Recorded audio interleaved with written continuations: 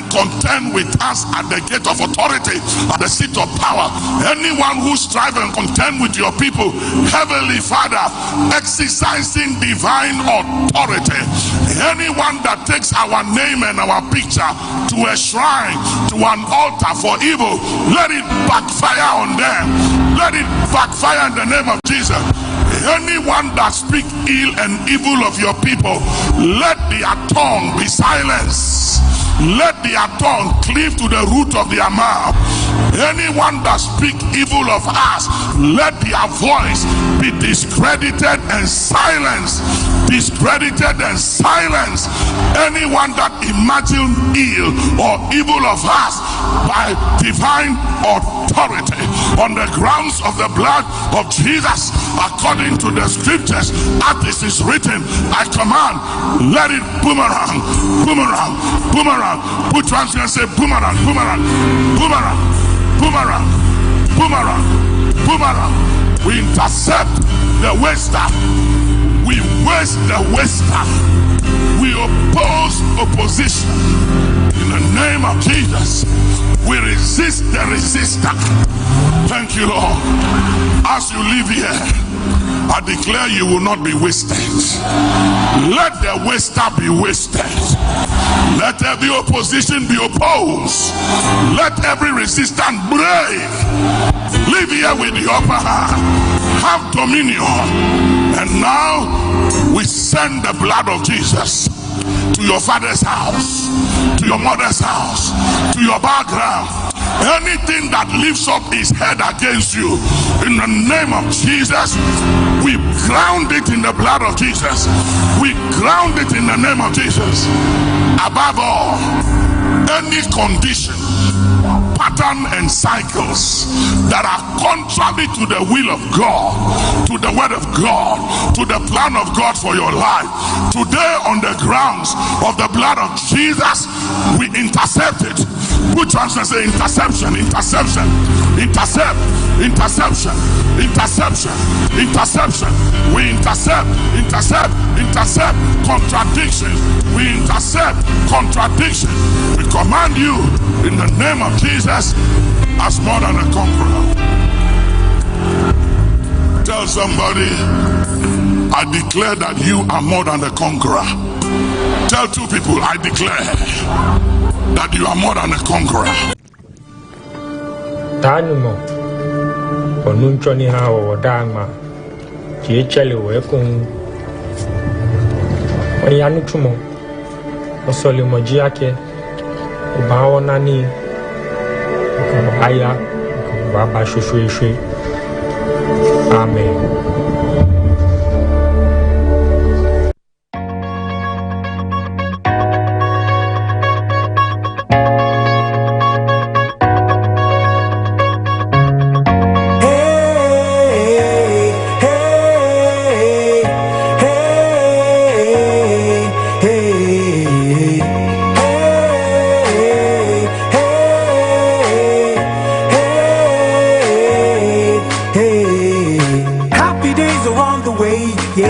What I believe. See his sunshine is all around us, and there are beautiful clouds where you are. That's how I know that these worries will not last. I can see you've been crying and staying wide awake, asking yourself why the journey is so tough. They say tough times never last, only tough people do. So don't stop believing, I know it's gonna be better. Say la, la, la, la, la, la, la, la, ba-dum, ba-dum, bum, la, la, la, la, la, la, la, la, ba-dum. Can't be loved by everybody, it's impossible, you know. And trust me, it's okay to let the toxic people go. Your peace within is more priceless than a pearl. You got to be happy, cause life's just way too short. Don't stress the little things, they will only waste your time. Just take it easy, easy like a nursery rhyme. And I'm singing, no, it's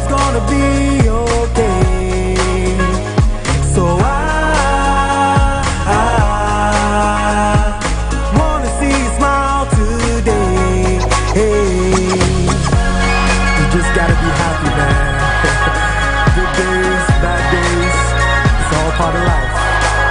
But you must keep the groove on and enjoy every single day. I'm sure you've had some happy days before. So what makes you think you can't have more? Can't have more. Keep on fighting and you'll see. You will soon see rainbows. Hey, come on. La la la la. La la la la. Ba-dum-ba-dum-bum. La la la la. La la la la. Ba-dum-ba-dum-bum. La la la la.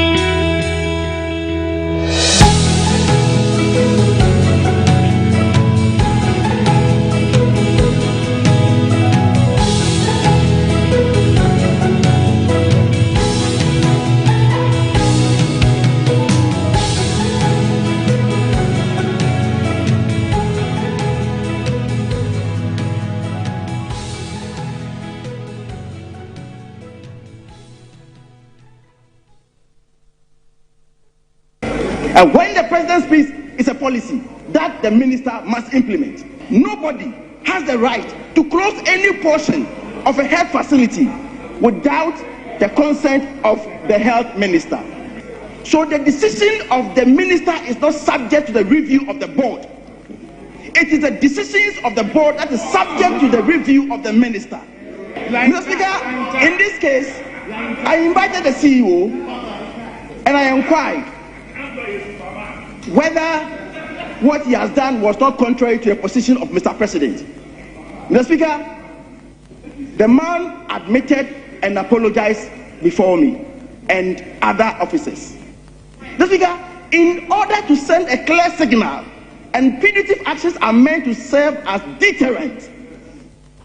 Mr. Speaker, we then proceeded to direct the board to allow the said CEO to sit aside for 2 weeks and then investigate the PRO. Mr. Speaker, is this a decision I needed the approval of the House to do so? He got them started talking about ministers of state. He got them started trying to embarrass government by making references to issues between the finance minister and minister of agri. He started it. He started it. Very well. So when you live in a glass house, you don't throw stones. You don't throw stones when you live in a glass house. You mismanage the economy. So today, don't come and be telling people about the mismanagement of the economy. Ghanaians saw everything. So, Mr. Speaker, if he talks, I will respond. So leader. Yeah, Mr. Speaker, this is a house of debate. No. Since when did anybody become afraid of him? Mr. Speaker, I need to know. He's raised serious issues against somebody who is not here. Leader, respectfully. If there's anybody to prosecute, you know what is happening with the Met Control Board. The IMF has reported 9 billion cedis. Is there any prosecution? That is not mismanagement. Mr. Speaker, we are ready any day. They should bring it on. We would face them. We have every single corruption issue in this government. What has happened? Thank you. To the big push. I have Mr. Speaker, he should bring it on. Here since afternoon. He should bring it on. The majority leader. You should. And we'll see who will be bruised. Leader, you should have mercy on me. Honorable members, let me thank you for the day.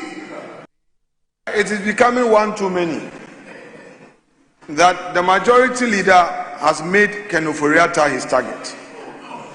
Speaker, with respect, my respected senior at the bar knows that a man must be heard, and that even if all men find a man's hand in a tail, his guilt must be proven. He knows that as a matter of law.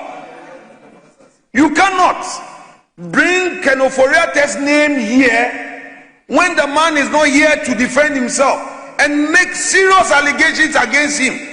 Mr. Speaker, the majority leader himself is part of the governance of this country. How would he feel if this is said about him when he does not have the right to respond? If you come and say all that Ken Ofori-Atta has taken away, what has he taken away? What has he taken away? He is a human being like you, a citizen like you.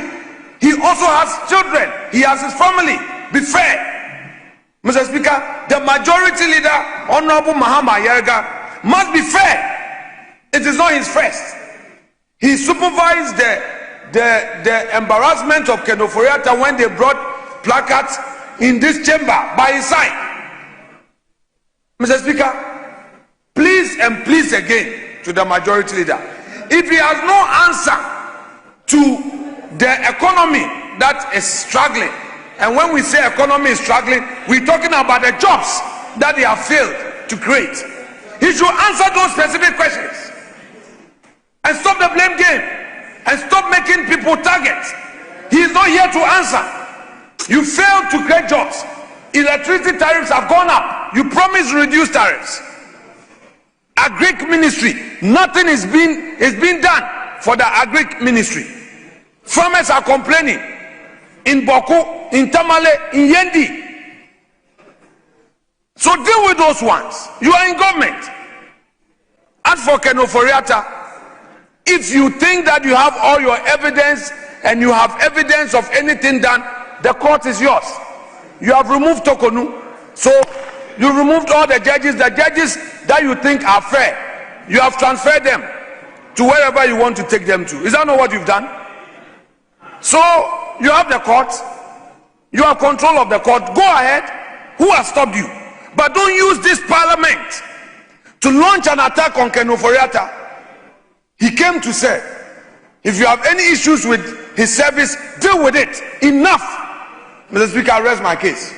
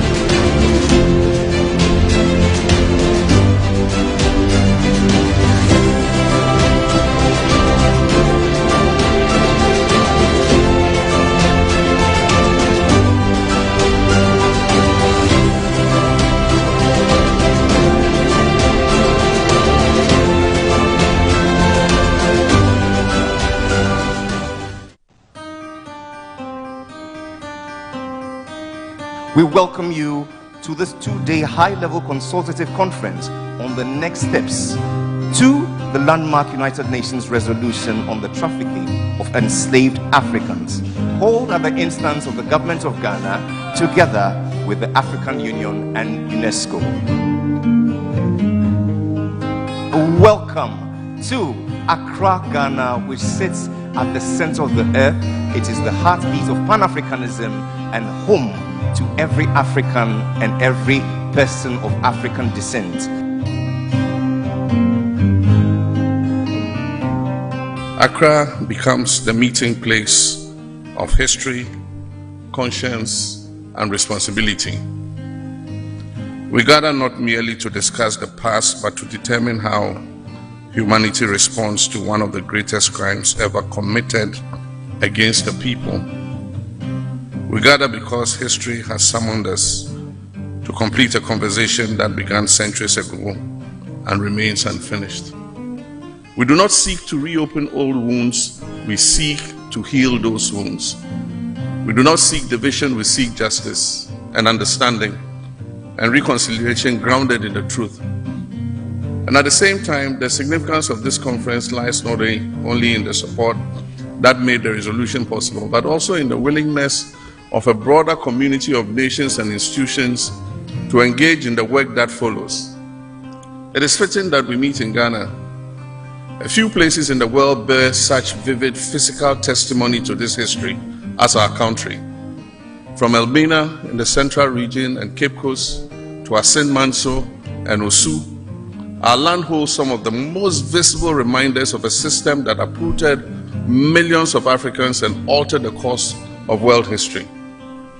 Not too far from where we're gathered today stands castles, dungeons, and the doors of no return, through which countless Africans passed before disappearing over the horizon. For many, that horizon marked the end of everything they knew. And yet today, the descendants of those journeys have returned, not in chains, but as presidents, as prime ministers, as scholars, as jurists, as activists, as historians and citizens of the world. History has brought us full circle.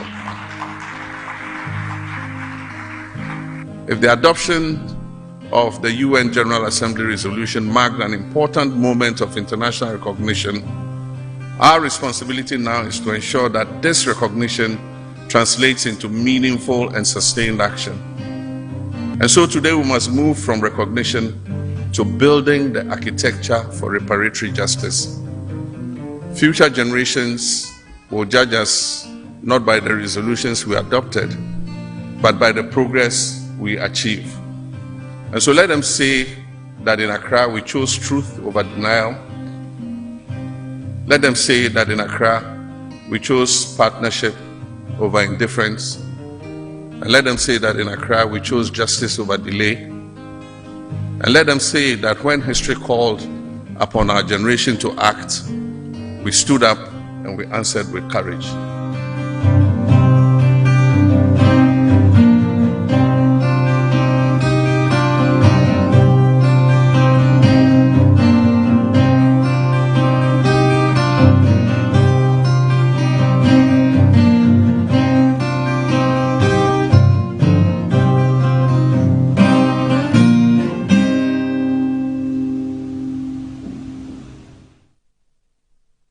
They came bearing shiny trinkets and gifts.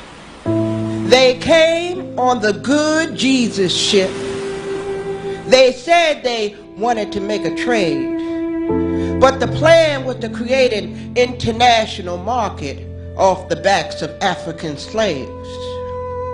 Now, universal law tells us that this wicked debt must be paid for all the souls that Mother Africa gave.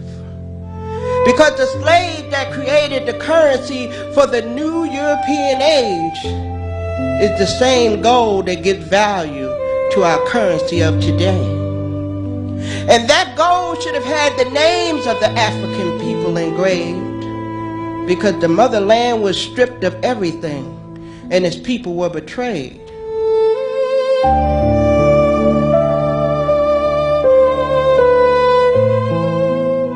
Our voices were fragmented for decades, and it served the interests of some groups to keep those voices fragmented.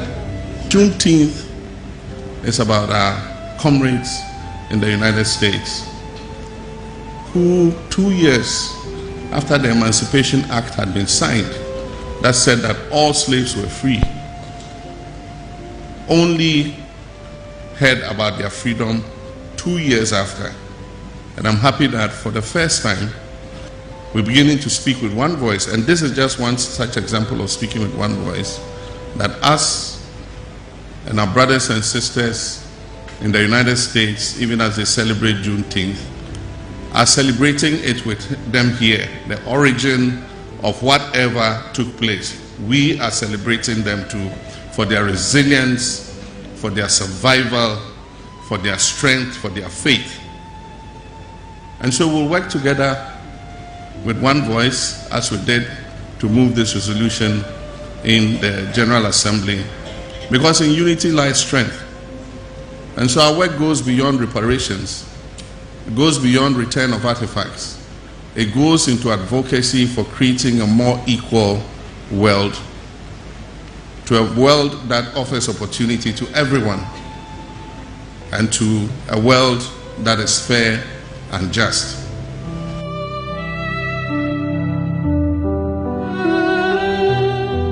The resolution which we pass at the UN and here today give us a door, but it is unity that will give us the strength to walk through that door.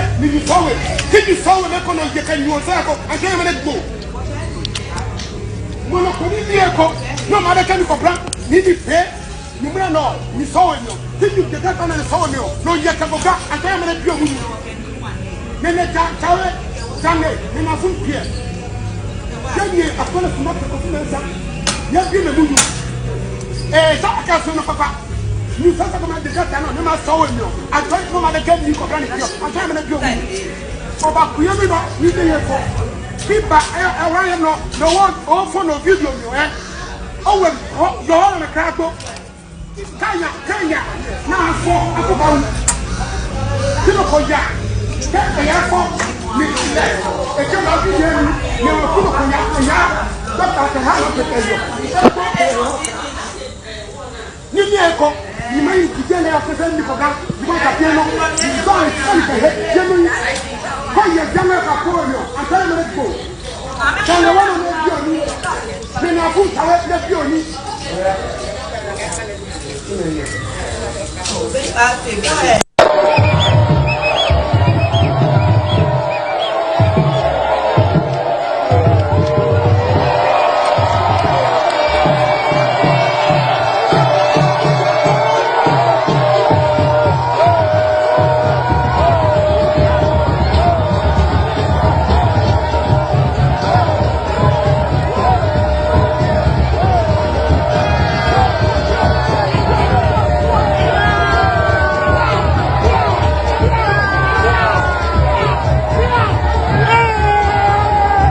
Okay, so here on Ignite Media, Original TV, Original FM, and Metro TV, we made you a promise that we're not only going to make you enjoy and have the best of World Cup experience here on the Ignite Media platforms, but we're also offering you the opportunity to win amazing prizes throughout this World Cup season, and that's why the IMG platforms should be your number one choice. And delivering on our promise, Mexico, South Africa, I'm sure you all remember that game. There was a predict and win promo, and I have the winner with me here in the studios. She runs away with this brand new iPhone 13. Yes, brand new iPhone 13. My proud winner is with me here in the studios. My dear, good evening. Good evening. How are you? You don't sound excited at all. You're not happy. But should I take my phone away? If you're not happy, then let me go and give the phone to someone who will be excited. Are you sure you're excited? Yes, please. What's your name? Please, my name is Hamdia. Samdia. Hamdia. Oh, okay. Coming from where? Please, Ashoman. Ashoman Estate. Oh, okay. I play around Kwabenya a lot too. If it's not Kwabenya, it's Ashoman, then it's okay. So you predicted the South Africa-Mexico match, right? Yes, please. Did you like football? No, not at all. So what may have driven you, or is the love for iPhone? Oh, I saw. I was on Facebook and I saw the flyer and I said, let me try my luck to see if you can win. Yes, please. So how come you predicted? I said that your husband is here. I'll go to him shortly. But was it the one who gave you the clue that Charlie is going to be 2-0, or you predicted yourself? No, I did myself. You did yourself? Yes, please. Yeah, but so did you tell your husband to also text? No. You see the women, they want good things and then they want to hide them. But if you be the man, you go encourage your wife to make it play. So, but now I'm sure you're going to encourage your husband to also play. Sure, yes. Because if you win 13, where your husband to win 15, and sure, yeah, that's right. But Mami Bisa say, come on, who fly now? Who say, yes, predict who bet me the iPhone, any other prizes, no. Now, you say be a no can say a Zambi, who has a feeling Bisa. Oh, Patron, I'm banana say Metro dear. Metro dear. To be possible. What? Or say Metro dear. It is possible. Okay. Patron, the same catch will be say. Patron, whenever you see the flyer out there, please test the short code, and who knows, maybe you may be the next winner to win an iPhone. So please, it's real. It's not a joke. It's 100% real. When you see the flyer out there, please test, and who knows, you'll win you may be the next winner, sure. Mami for microphone you should be a sena eja say me ye kasa ne tintin na say me fe try am the iPhone ko ahwe anu akobo media nti we eya odia from EBA phones any Ignite Media iPhone 13. Congratulations to Hamdia, the first winner of our World Cup 2026 predict and win promo. She rightly predicted the game involving Mexico and South Africa 2-0, and she happened to be the proud winner for the draw. Congratulations once again, and best wishes to you. Government is broke.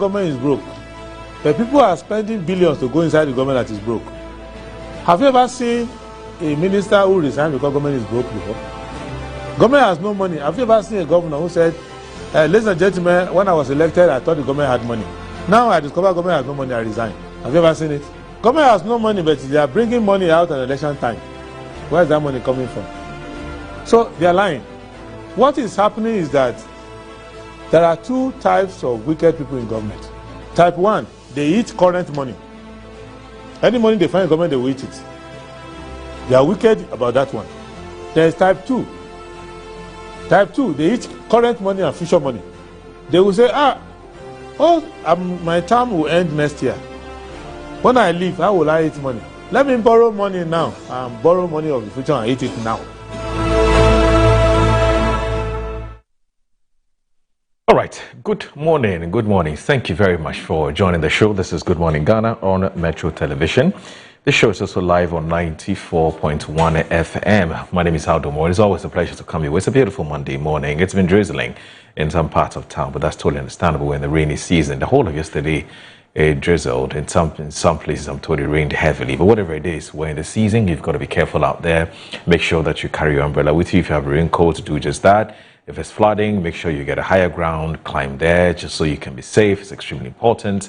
Anyway, so today's date, today is actually the 22nd of June, and this is the day the Lord has made. Indeed, we're glad. I want to say a big thanks to Almighty God for making it possible for us to return here to join the nation's conversation on the big issues that are making the rounds in our dear country, Ghana. In French, we say Dieu merci. In Hausa, the Hausa will say Mungu ma Allah. The Arab man will say Alhamdulillah. Anyway, I can go on and on with different languages that I speak. Let's go straight ahead and look at what the papers are reporting this morning. And I'll start with the Daily Graphic. The Daily Graphic this morning says, next steps. Summit adopts 18-pillar framework for reparatory justice. Restrict social media access for children under 17 years. Child Rights International to the state. And there's flooding. Cape Coast, Summer Boy submerged. The Mirror celebrates fathers with lunch at Labadi Beach Hotel.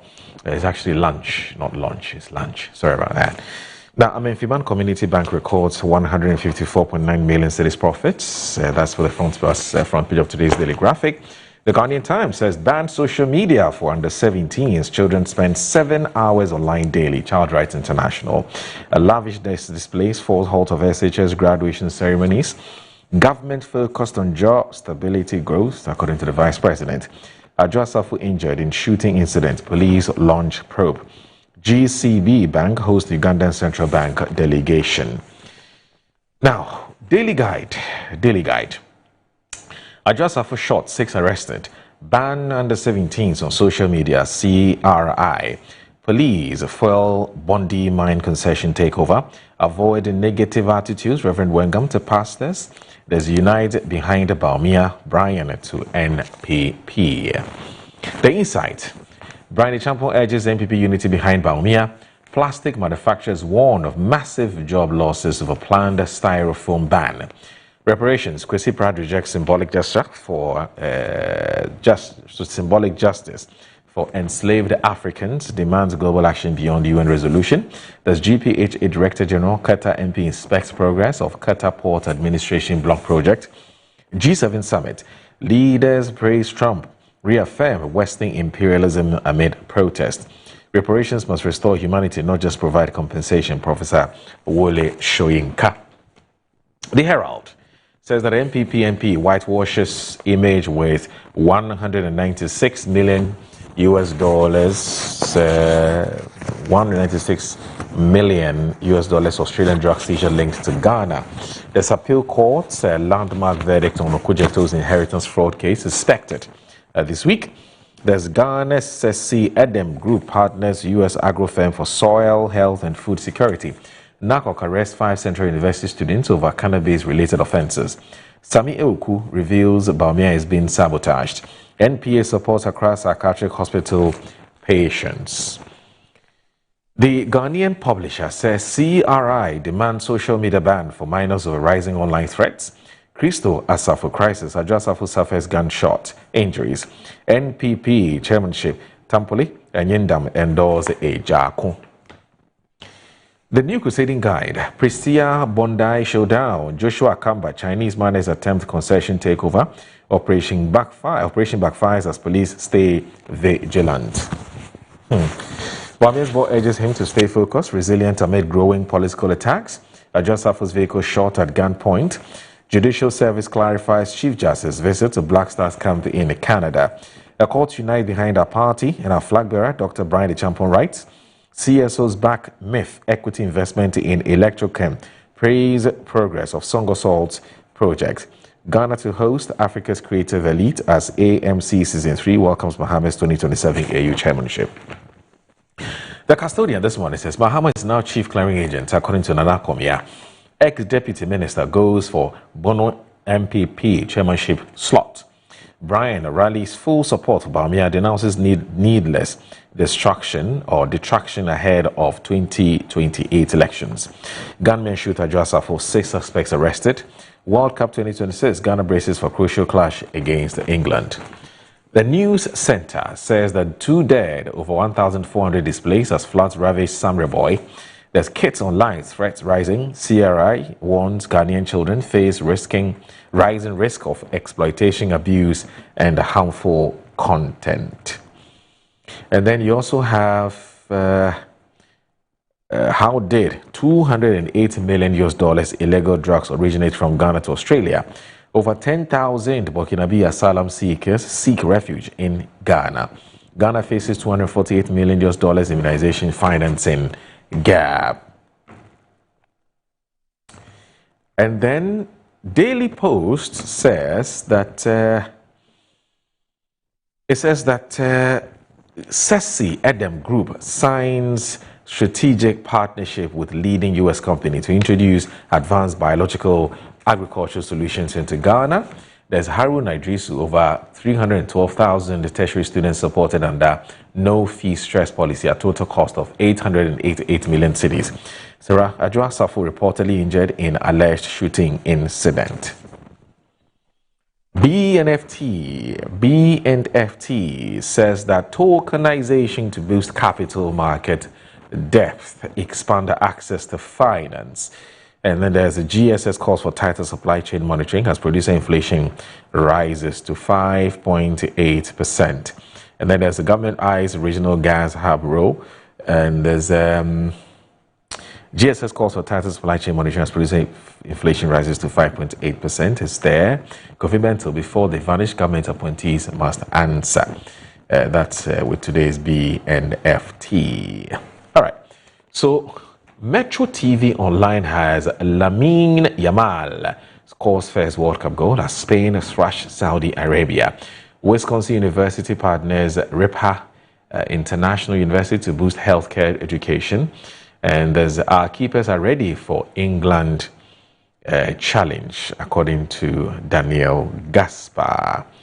And then you also have Tunisia out of World Cup after thumping defeat by Japan.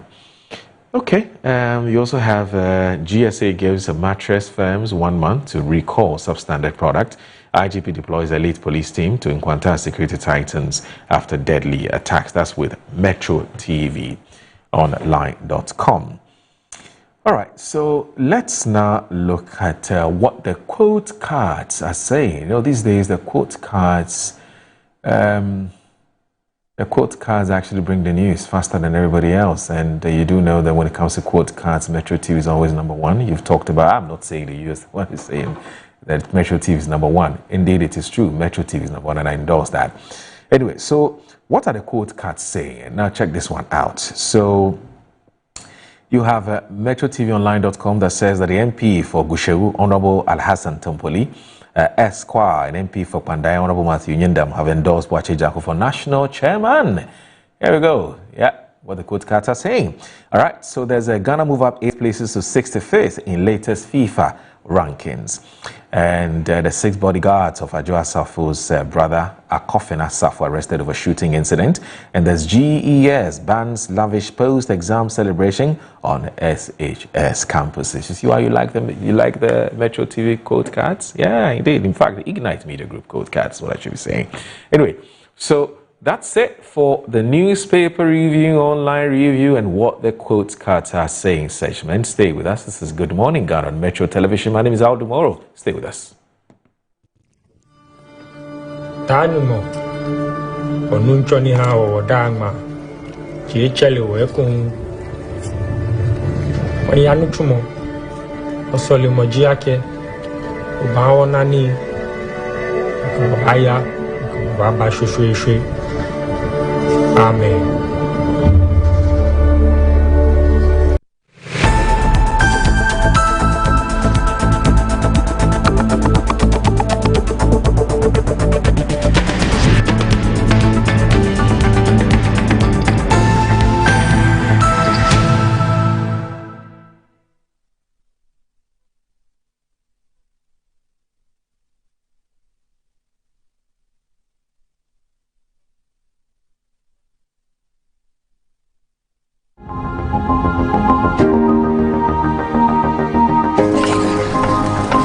Through every stage of life, some things simply stay with us. The spirit of never giving up.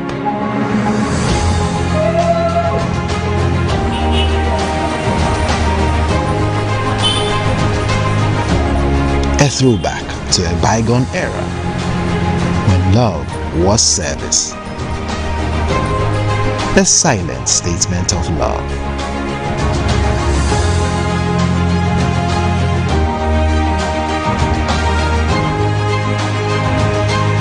A thoughtful gesture that deepens bonds, balancing work and life.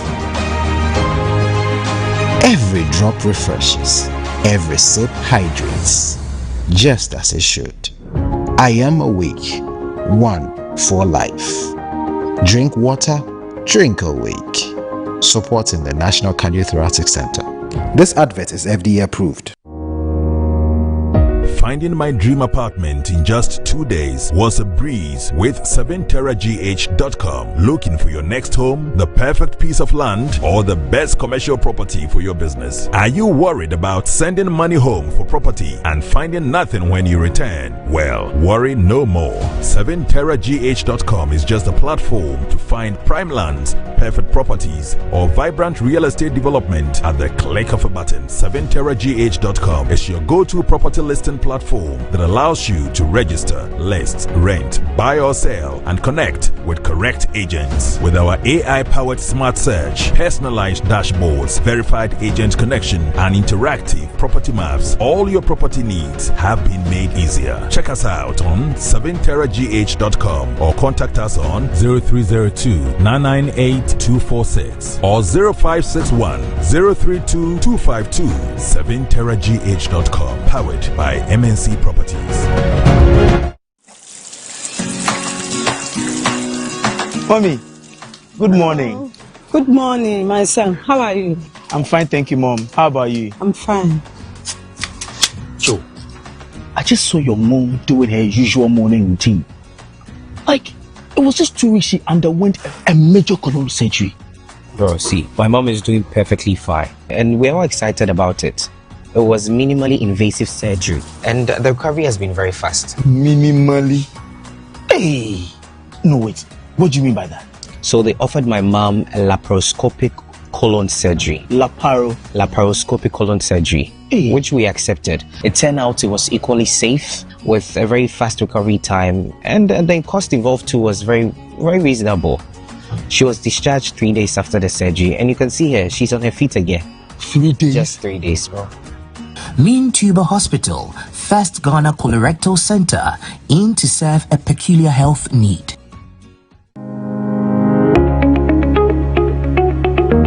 Looking for comfort, convenience, and class all in one place? Welcome to Stay Easy Apartments on Conference Center, where modern living meets exceptional service. Whether you're staying for business or leisure, Stay Easy offers you a home away from home. Spacious and well-furnished apartments, pool, gym, and everything you need to relax and feel at ease. Planning a meeting, workshop, or special event? Our event ground and state-of-the-art conference center is designed to host your events and bring your vision to life. From corporate gatherings to private functions, we provide the perfect space, supported by modern equipment and a professional team ready to assist you. At Stay Easy, your comfort and success are our priority. Book your stay or reserve your space today. Call us 020-739-1473 or 0244 226367. Stay Easy Apartments and Conference Center. Stay easy with us.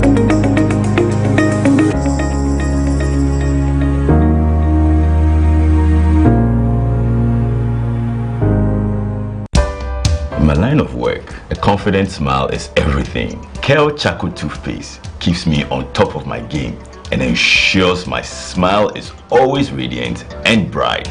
With the tiring nature of my job, we spend several hours under the scorching sun. To keep our teeth white and our breath fresh all the time, we use none other than Kel Charcoal Toothpaste. Kel Charcoal Toothpaste.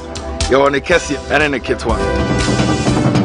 Samayo Kendini, a who be here, Sametra Sapapadia to a mammy man for Kel Charcoal's natural ingredients, and a bomb is several by a man swing, Nesasu Mama Hoto so a will beg you. Kel Charcoal Toothpaste. Choose Kel Charcoal Toothpaste for anti-cavity, whiter teeth, and fresher breath all day. Available in 80 gram and 150 gram. Grab yours today. Kel, happy smile. This advert is FDA approved.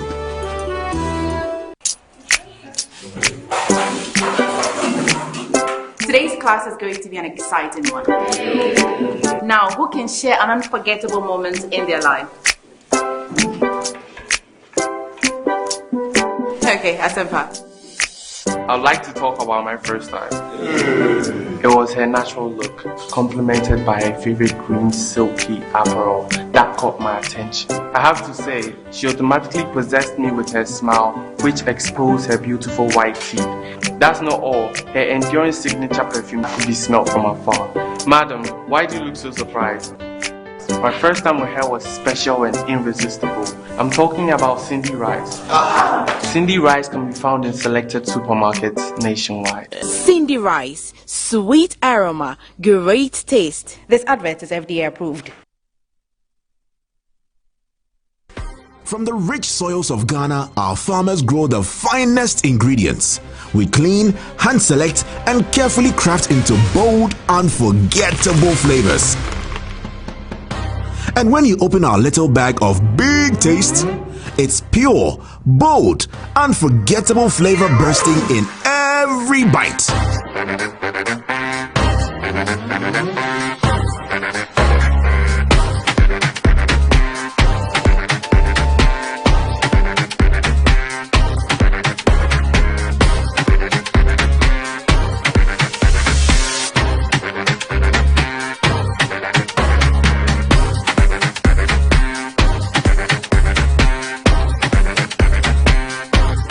Enjoy the goodness, made with big care.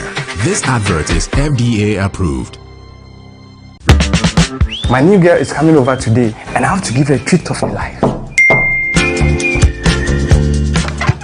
Hi. Hey.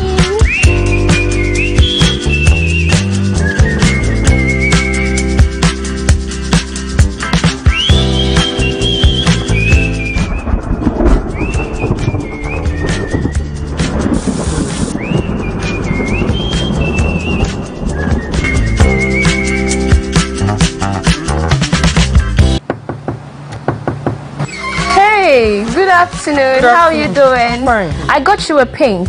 This is Easy Waterproof Paint, the best ever solution for all sort of leakages. I got it for you. Thank you. Easy Waterproof Paint can be used on any surface, being it cement, blocks, roofing sheets, swimming pools, and more. It can also be used as primer before you apply any paint to help provide extra protection. Easy Waterproof Paint. No more leakages.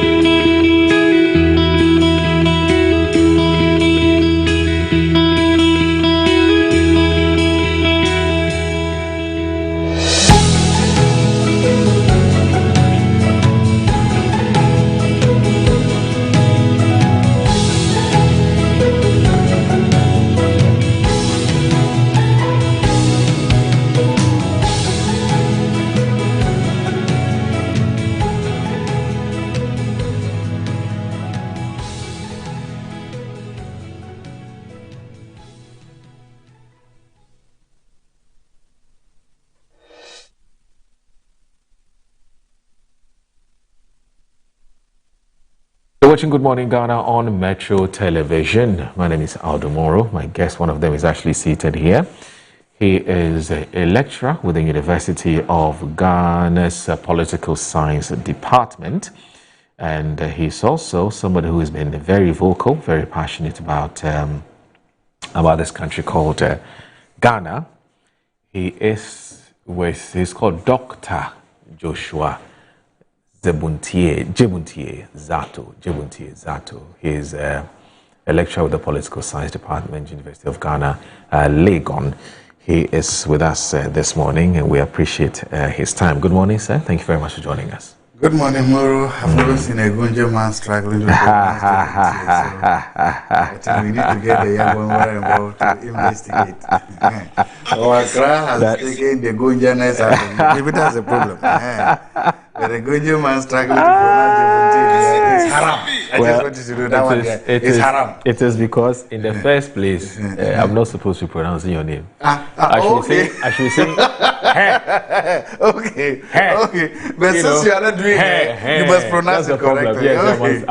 I must force and pronounce it. Exactly. So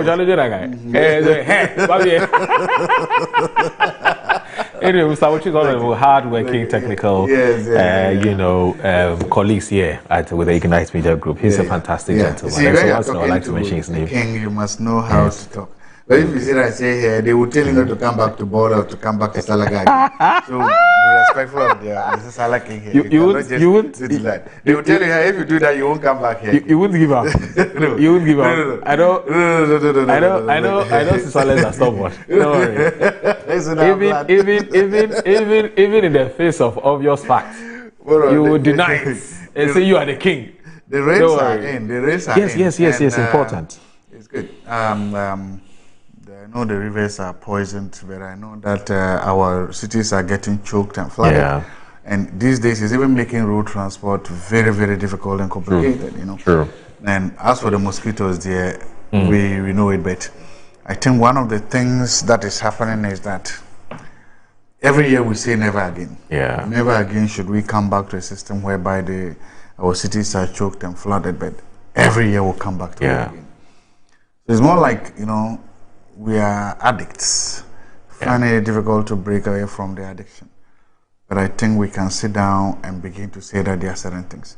Yeah. For me, what we don't do right is when we wait until the rains come.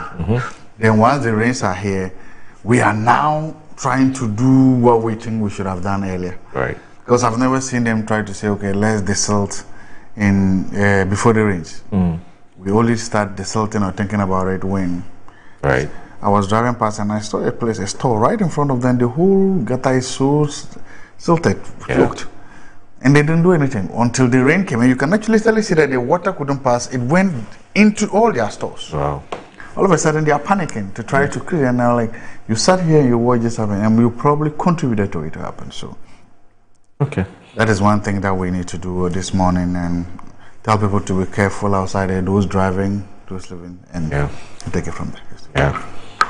I don't know how active you are on social media, Doc, but I'm sure yesterday, just like all of us, we got alarmed about an incident that happened somewhere around the Domo Kwabinya area. I mean, the name Crystal Safo is a popular one. It's a household name. Everybody knows about Crystal Safo, especially because of the innovations in the area of automobile. That's what is, popularly associated with the name Crystal Asafo. Of course, I'm not a member of that church, so I can only talk about some of the innovations and some of the things that the leader, the founder of the church, has been producing. Now, we all know that he's died and he's been buried. But the church would have to appoint a new leader or swear in a new leader. So just when the swearing in was happening, there was another dastardly incident that also took place. And it got the whole of this country a bit worried about what we're picking up on social media. Of course, some of the reports have not been confirmed. What we have heard so far is based on what the lawyer for the Crystal Asafo Church has been speaking to the media about, and he has agreed to speak to us this morning, so we'll speak to him and find out what exactly happened. But we're all worried, because when we saw the picture of the former MP for the area, which is Dom Kwabena, who is also the daughter of Crystal Asafo Man himself, we saw her pictures. She was injured. She had some bruises on her neck and also on her head. And there was also a video where we saw her being transported to a medical center.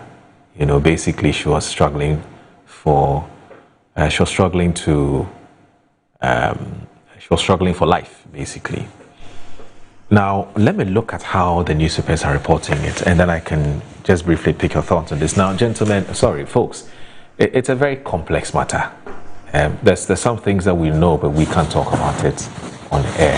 So we don't want to spend a lot of time on this matter because the police has moved in.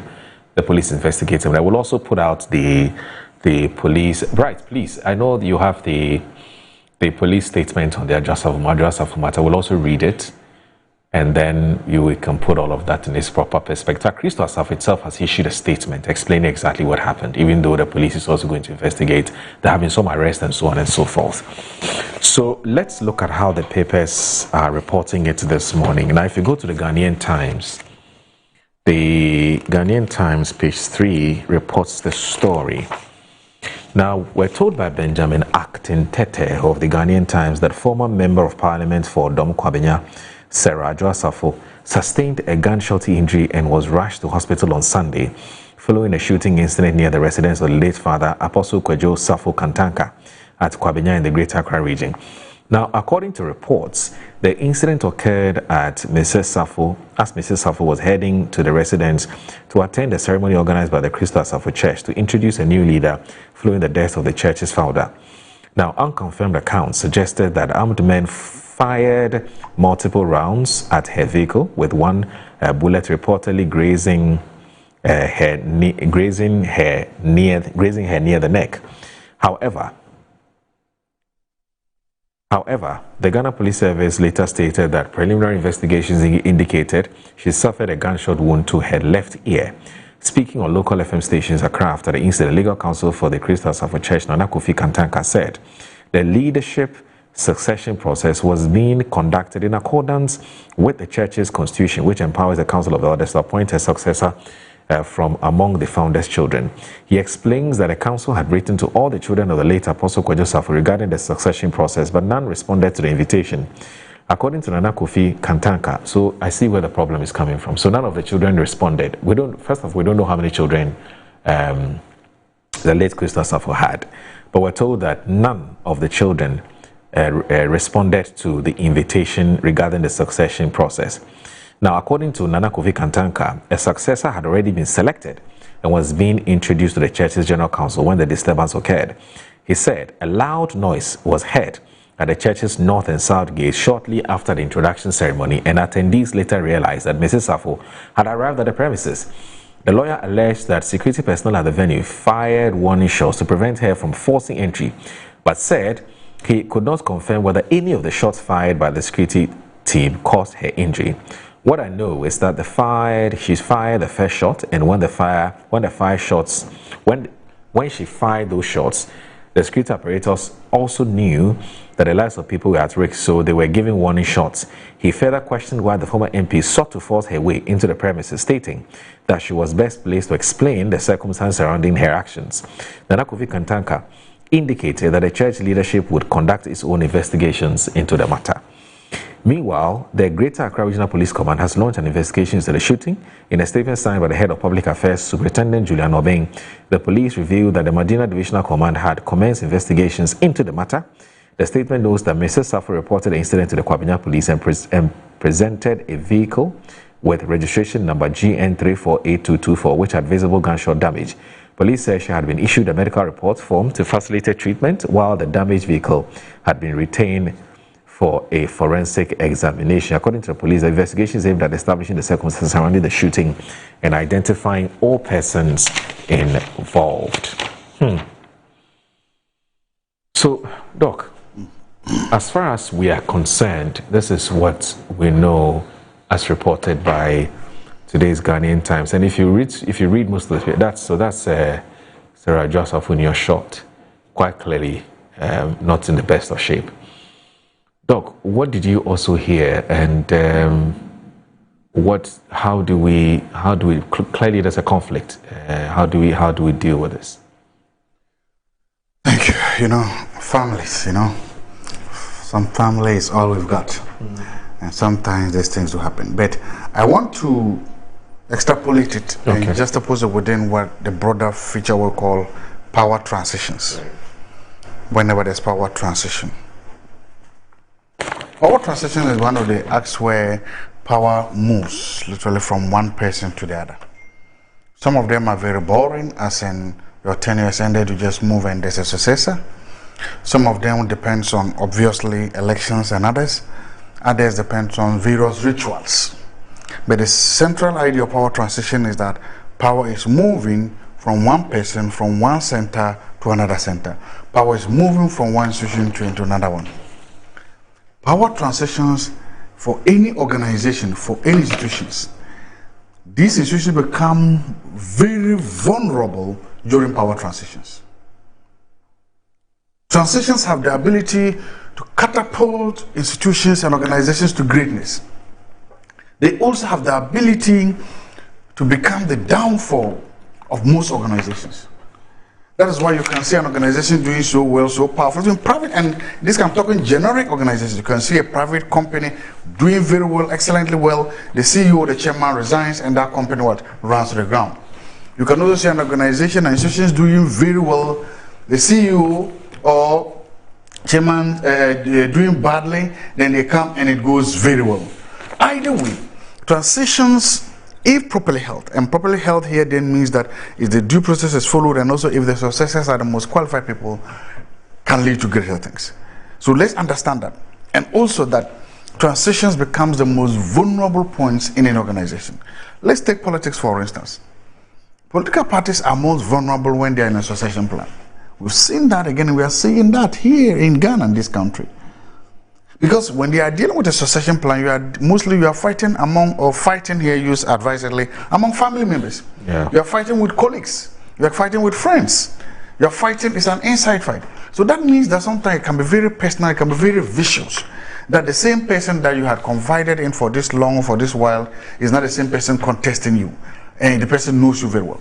So that is why I always tell people, don't laugh at the political party when you see that their transition is getting very serious, it's getting sometimes very violent. I will pray that it doesn't become violent conflict, but it comes with a terrain. Yeah. That's with political parties. We also see it in Ghana. Our chieftaincy and our culture is beautiful until there's a transition. Until there's a transition, most chieftaincy conflicts and other things happen during transitions. Right. And they happen precisely because, again, power is moving. Yeah. Remember, if you are in power, you are not the only one that is entrusted with the power. There are people around you who are direct beneficiaries of the power you have. There are people around you who have what we call a rational self-interest in your continuous state. Right. So the moment you are leaving power, these people feel that they no longer have somebody at the top. True. And so they will do everybody possible. So that is why you also realize that in chieftaincy, it is when a chief leaves, it is when a king leaves, and then there is a vacuum. That is where almost all the conflicts come from. And then, of course, you can finally come down to religion. Okay. You come down to religion. So if you see it like that, you can situate this in there. That you had a man who had built an empire, who had built this great institution, part of it business, a pioneer in Ghana, highly celebrated in Africa, and then part of it religious, the Christian, the church. Such a man lives with obviously a huge vacuum is created. Yes. We must understand that. Right. Now, secondly, this is the first time this organization is going through a transition. This is the first time. So it's not as if there's a book they could go and take and say, okay, the last time this happened, this was how it went. The last time this happened, this was how it came. So you're going to understand that obviously these things are going to rise up. The point is that conflicts and. But you see, the doc, I get the point you're making, but in this particular situation, we're told that it is the Council of Elders that will initiate any succession activity when or post the death of the owner and founder of the church, or the leader and founder of the church. So it's clear, isn't it? The succession plan and model is clear. Well, from what we are saying, it's not. Okay. Or what it should have been. Yes. It ought to have been clear, but it's not. If somebody of some principles, some major principles in the organization think that probably what was going on was wrong, then it means it's not clear. Look, sometimes it's not about bragging. It's saying that I'm a Catholic. And I know what happens. A pope dies today, we bury him tomorrow. The next day, we are sampling cardinals, and a new pope comes, so everybody goes back to mass. It is so you don't see anybody come and say, "Hey, I should know." There's actually a saying in the Catholic Church that if you go into the conclave as a pope, you come out as a cardinal. If you go inside as a cardinal, you may come out as a pope. You've seen it, and we've seen institutions that have it now. That means that is an institution where everybody they know the rules and regulations. So just because we are Catholic doesn't mean we have a say who becomes a pope. We know. So these institutions, if you say that they are clearly laid structures, then I mean that's probably somebody didn't read a memo. Right. Or somebody doesn't believe in those clearly established structures. Right. It's also then important for us to say that, look, apart from the people who are supposed to be the ordinary members of the organization or institution, do they know about these successions? Succession plans should not be barred, should not be clear. I am a teacher at the University of Ghana, and there are succession plans. Right. There's like you need to A, B, C, D. It's not something that is hidden. It's not a secret. This is what it takes to be here. Okay. These plans too must be. The question is, are you carrying the people along with you? Did you know that this was happening? And so for me, when you mix family with business and with religion, it can potentially be very toxic and potentially explosive, like we've seen. I thank God there are no lives lost. I pray that God helps them heal their family. They can go back to their common identity, their common blood, and say that let's put this aside for the sake of our father's name, for the sake of our father's legacy, for the sake of this. It shouldn't be said that a great man dies and this is how he is being remembered or should be remembered. And I think that all of us, the state and all individuals, need to help this family at this moment. Right. We shouldn't run them down. We shouldn't chastise them. We shouldn't be seen to be trying to exploit the situations. Right. Right. For various reasons. Because that institution, that organization, is an important in our country. Right. Apart from the spiritual guidance it gives to people, their entrepreneurial things they do, their employment things they do, and they contribute to a development of this country. Okay. That is an institution that is worth protecting. That is an institution worth defending, and that's an institution where all Ghanaians can sit down and say, let's do it. Okay. And also for other or similar organizations. Right. Probably this is the time for you to now sit down and say, let's think about our own succession. True. And it's always like that. Say that, look, we've seen the popular saying that when you see your neighbor's beard on fire, you should get water close to yours, should apply. Because this is not the first time a church leader has died or is gone, and there are these things. We've seen it. In fact, it's the norm in Ghana. And not only in Ghana, basically the whole of West Africa I've seen. You go to Nigeria, Bishop T.D. Joshua dies, and the whole church runs into serious issues. So that is what seems to be the norm, that the moment a leader dies, it is because, again, and mostly the succession plans becomes a family thing or close associate of the person. Why does it have to be a family thing? Exactly. When it comes to especially the church. Well, because the church does not belong to a family, does it? You see, the church belongs to a community. The question here is, how do you define belong? Okay. How do you define belong? We don't want to be biased. If you cannot say you own Islam, how do you say that? You can say I own this mosque, I help build it. Okay, that's all. That's all you can say. You can't own a religion. Eh? You can't own. You can't own. I'm coming there. Yes. You can say that. You can't say you own Buddhism. Yeah. You cannot say you don't own it. You probably are leading here, right? It's the same thing if you look at most of the Orthodox churches in Ghana. You cannot go to my village and say you own the traditional religion. You don't own it. You understand? Maybe you woke up and because you are now the family head, it's your responsibility to now perform these sacrifices or lead the family in this. And so the point I'm making is that that's what I'm talking about, ownership. Somebody sees his father go take a loan, come help establish a church, build a church. He sees his father tolerate the church until now the church is big. He can claim ownership. Because ownership here, he's not looking at spiritual ownership. He could define ownership to say that in terms of ownership, it belongs to God. There's God. But in terms of the structure, in terms of the finances, in terms of the business properties, so the management and operations of the church belongs to the family. The family. And I'm saying that you can make that argument. I'm saying that it is possible to then establish those two things. Yes.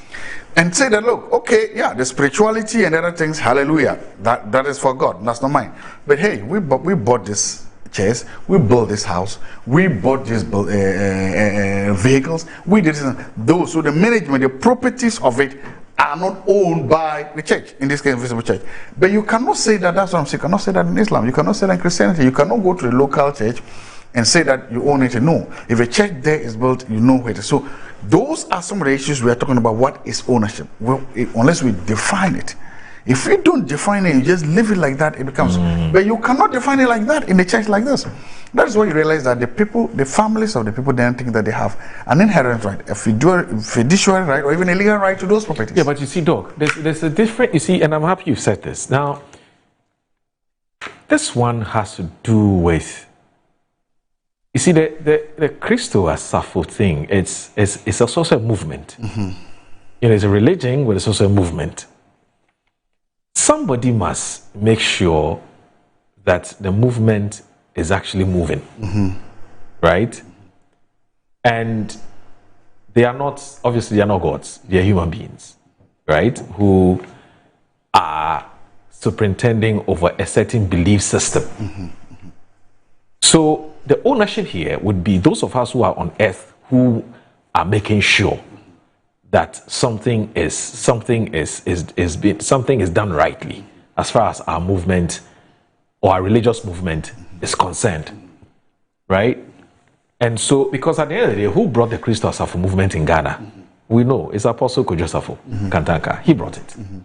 So it is also one angle. It is also one way of looking at the ownership or the belongingness, the belongingness theory that you're trying to explain to us. Okay. Now, remember that the head office of the church is also in the Dom Kwabena area. I don't know how many other offices, branches they have, but we know the head office is in the Dom Kwabena area.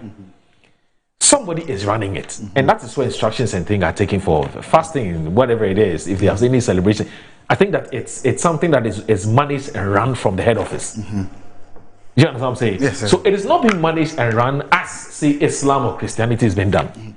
Well, that's the point I'm trying to make. I get it. Look, there are issues that sometimes you must ask yourself. Maybe we need the state's intervention, but also the state, how might the state intervene? Some of these things are potential and explosive national security challenges. Let me explain to you. I attended St. Francis Xavier Junior. First, I attended St. Gabriel's Primary School in Tumu, right?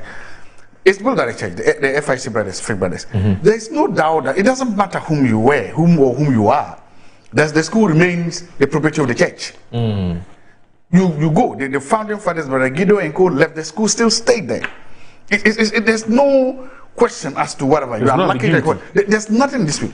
I attended St. Francis Xavier Junior Seminary. One of the first times I met a bishop directly, and I said, look, when I became bishop, the first challenge I was told by my successor is that Xavier is now yours. St. Francis Xavier belongs to the Bishop of Wa as a proprietor, basically to manage it for the church. The day he leaves, another bishop comes, he says, collect, Xavier is yours. So there is absolutely no this and that. Xavier is on the same campus as the bishop's office. So it's a property of the church. So when you say the Bishop of Wa is a proprietor of the school, what you're simply saying is that he holds it in some kind of religious or fiduciary ownership for the church. He lives today, he retires or he's transferred, the next bishop comes, he takes over. Those things are there. But we are seeing something different with today's churches. The old churches, it was missionary. So everything they did was aimed towards what? The body of Christ, was aimed towards preaching and developing the people. Today's churches are in business. We must always understand that. So a church builds a school and you realize that, we say this, the school there, look at the document. It's possible the school doesn't belong to the church, belongs to the founder of the church. The church builds a business. The church builds a hotel. The church builds companies. And those companies may not be in the name of what? The church, but what? In the founders. And we see some founders having businesses that have different identities from the church. But whilst they are alive, it's the same. Whilst they are alive, you cannot draw the distinction. The moment they die, letters start popping up, documents start popping up, saying, hey, yes, the church is yours, but this school belongs to the family, these businesses. So that is where the problem is coming. Whilst old or traditional religions, when I mean traditional here, all of them, even Orthodox religions, build these, let me call it businesses. Okay. Ownership has never been in doubt. Okay. They built it and they knew that the ownership belongs to the institutions themselves. And that is why when they die, there's when they live, a very smooth transition. Okay. There is a current trend of these institutions also venturing into businesses, but they decouple the business from the spirituality aspect of it. The business aspect becomes private properties of the founders, whilst the spirituality remains public. But I don't think they will explain that to what? Their members. Yeah. So the members are thinking that, okay, we have a new school, we have a new university, we have a new this, and they all belong to the church. The moment the person dies, family or other people come out with documents, concrete, authentic documents saying that no, this wasn't part of it. And that becomes the bane. That becomes it. So it means then that these institutions, these businesses, they are able to establish that no, they are different. These businesses are private businesses. Okay. But they don't belong to this. And some of these fights we are seeing becomes that. Because if the person now says that this hotel we've built, this school we've built, belongs to my family and an inheritance of the family, then you become the new, or you want to be the new head of church, and they tell you cannot do that. The problems lie from there. All right, so let's take a breather. When I come back, I'll read the statement issued by the church, and they will also read that by the Ghana Police Service. So please stay with us. It's Good Morning Ghana on Metro Television.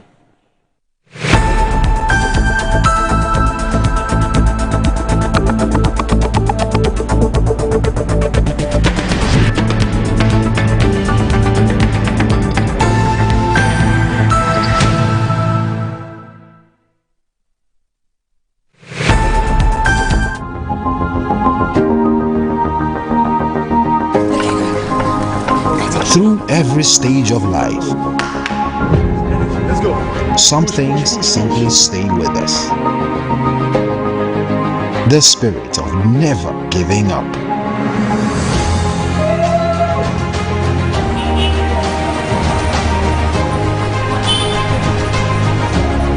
A throwback to a bygone era when love was service.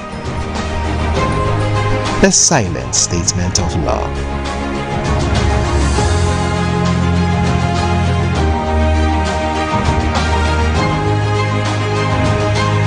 A thoughtful gesture that deepens bonds, balancing work and life. Every drop refreshes, every sip hydrates, just as it should. I am awake, one for life. Drink water, drink awake. Supporting the National Cardiothoracic Center. This advert is FDA approved.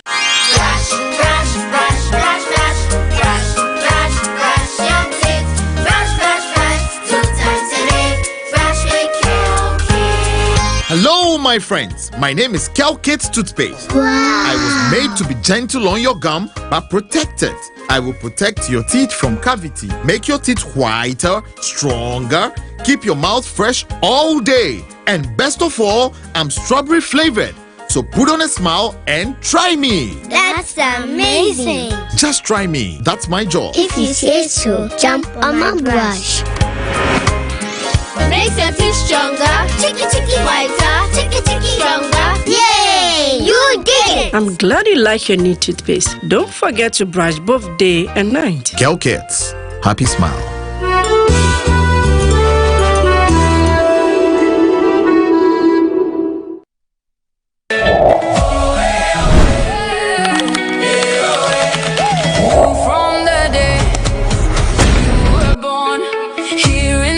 place.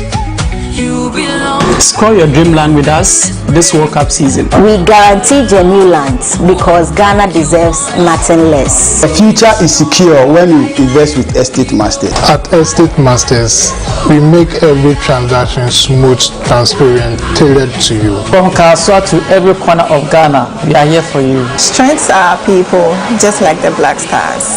Together, we win on the pitch and in building homes for Ghanaians.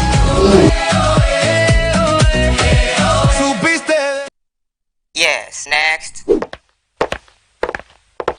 Hey, Nadia Benson, Me didn't tum Mr. Femi Calico, just call me cockroach. Now, Mr. Femi once now. Hey, that's you. Improve car. Yeah. Captain was key to double the action.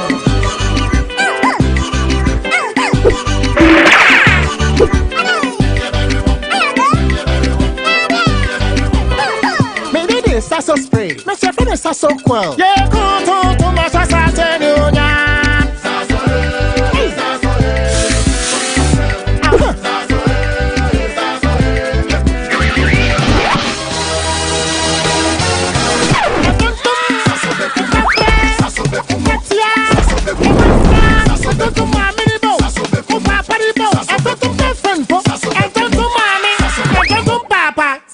Come and tum preko.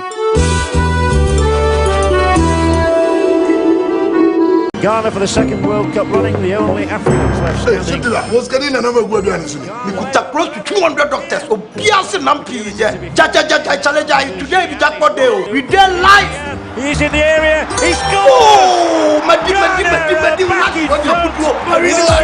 It's the Lucky World Cup Sikapuduo promo. Every 11th June, Kosi 31st July 2026. Play and win your share of the 1 million Ghana City jackpot with a minimum stake of just 10 Ghana Cities. 20 lucky customers go win their share of the 20,000 Ghana Cities daily jackpot. Top 10 agents go chop bonus every weekend. Trying to Lucky app, Lucky website. Agent to ana dial *288#. Lucky World Cup Sikapuduo. Kitty one tickets. Yeah. Auntie, one man no chopo. Blow beard your mama.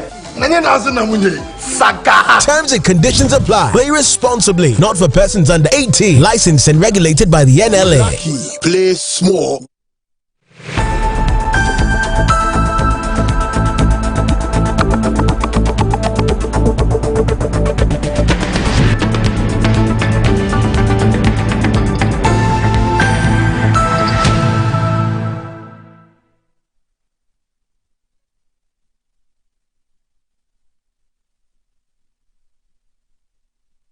Watching Good Morning Ghana on Metro Television. I'm here with Dr. Joshua Jebunte Zato.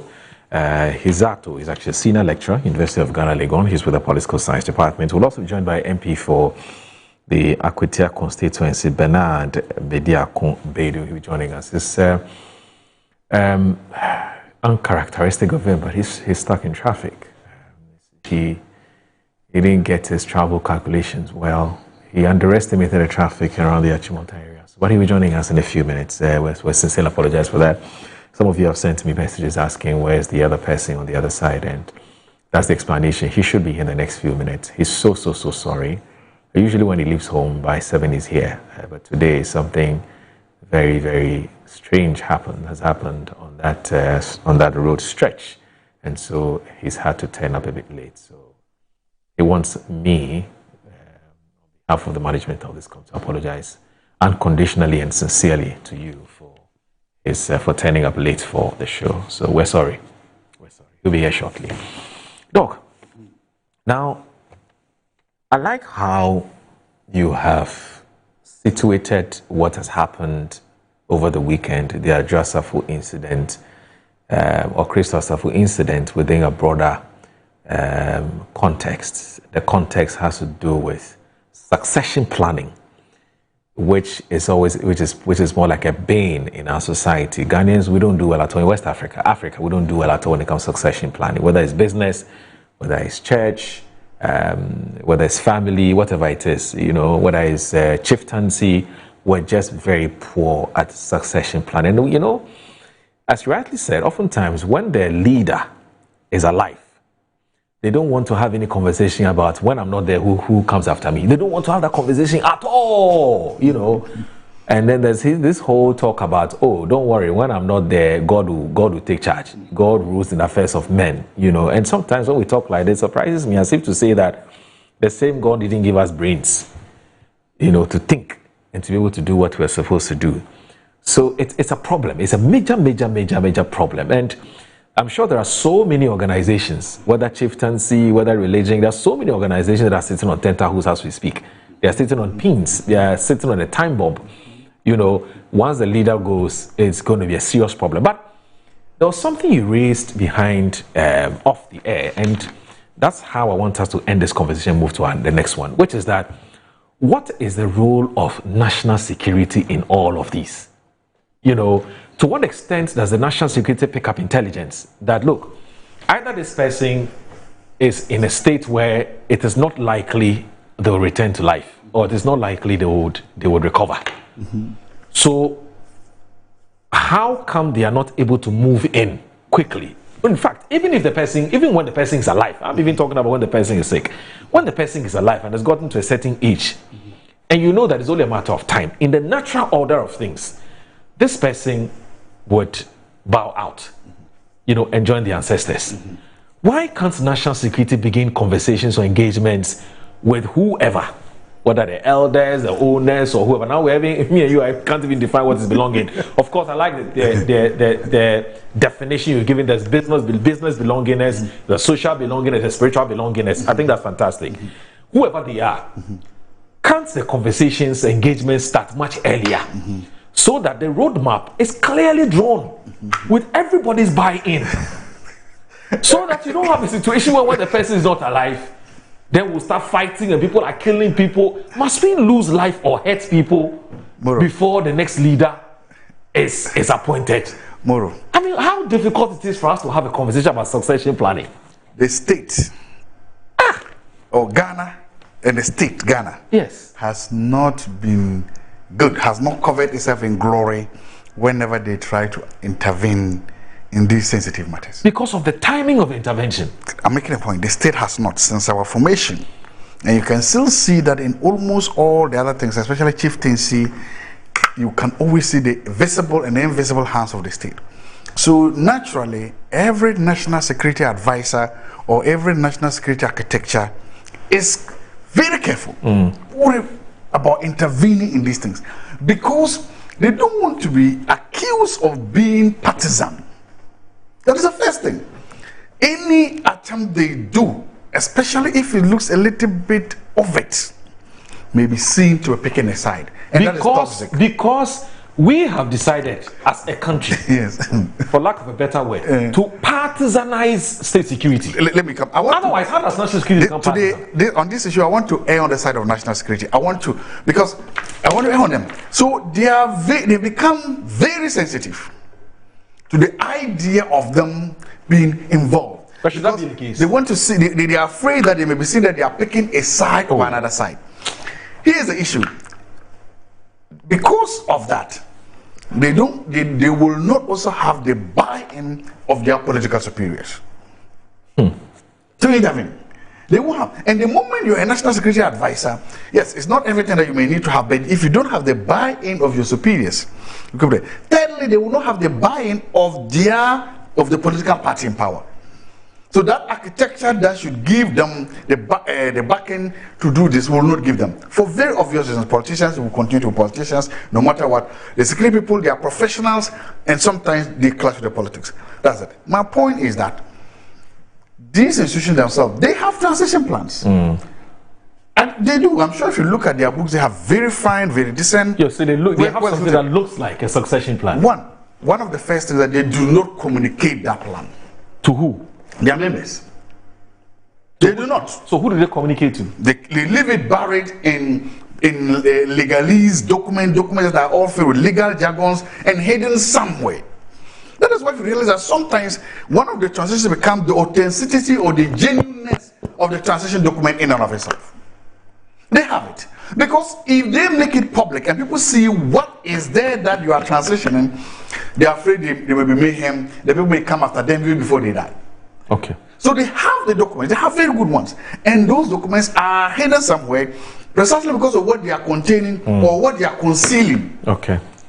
So they don't talk about it. That is where they talk about it doesn't come into play. Okay. And I understand that. Now the third thing is what national security could do is to create a bigger context, not a specific context. To say that, look, your actions and inactions directly affect the state. The state. Yes. And so in that broader context of that, the state is providing, let's say, training, let's say, listen, whatever it is, resources for you to, one, deal with your own succession, and whatever it is, deposit those documents with us, with specific responsibilities. That is where the only place I think that the state can come in. You understand? Okay. If the state tells the Catholic Church, look, tell us your succession plans in Ghana when there's no bishop press, they will know that. Or the state can go to the places that they think that they could be potential flashpoint and say that, look, we are not saying we want to dictate how to you, but we are saying that tell us how you expect this to be done, give the document to us, and give us the power to enforce it even in your absence. In that case, then the state knows that if there is a succession decision in A, we will move in with the power of the state to enforce it if it doesn't. Okay. That is the only place that I think that the state could come in, because if you do not do that, then the state will only have to be doing a catch-up, like they are doing now. All of a sudden now they have to move in, and all they have to do is a criminal investigation. Okay. People are arrested, prosecuted. They cannot, all the actions will be post facto actions. Yeah. It's reactionary. It is reactionary because they cannot go. So for me, that is the only thing that we can come up with a national architecture or structure to say that, look, precisely because these issues are, they have these legal implications, tell us your succession plans, document it, let us have it, and tell us what you want us to do when these issues happen. So that when we are doing it, no matter which government is in power, nobody would then blame that we are being partisan or we are being this and that. We are only carrying out the will and wishes of your organization. Okay, that is if only we can take the politics out. No, once you do that, because it doesn't matter who is it. Because even the constitution of the national security is tied to a political regime. It doesn't matter. Right? It doesn't matter. For instance, today, and I'm sorry I have to say this, but I'm not even sure whether I should. Don't. Okay. Don't. You understand what I'm saying? I know, but this is one way. Let's make it this way. Understand this. So imagine that there's a new national security advisor who has just come to power. Who has a certain relationship with what's happening. It doesn't matter. The national security advisor has just come to power less than 2 years. Yes. Assuming when he came inside, he found a document. Yes. Telling him that is the state that in case of this things happen in these institutions, this is what the people have agreed to do. He didn't write it. Yes. He can go and enforce it as a state. Oh. He can go. I'm saying that you can now come out to say. This is what we call is this ceteris paribus, which is all things being equal. You don't talk like you don't need this stuff. What you are saying is that I don't want to believe. On the one hand, I don't want to believe that the state is. Look, the person we're talking about, Ajah, we all know what the political leanings are. Yes. We know her stature in the NPP.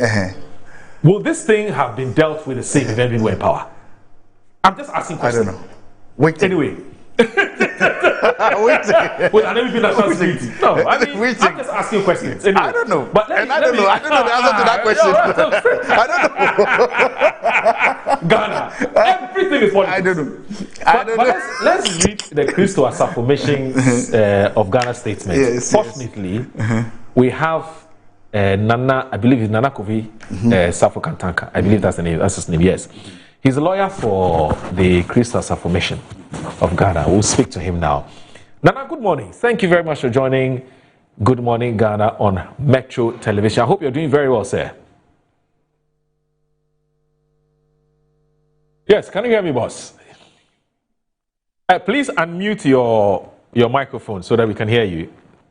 If I don't know if it's a tab you're using or a laptop or a phone, but whatever it is, please unmute. Can you hear me, sir?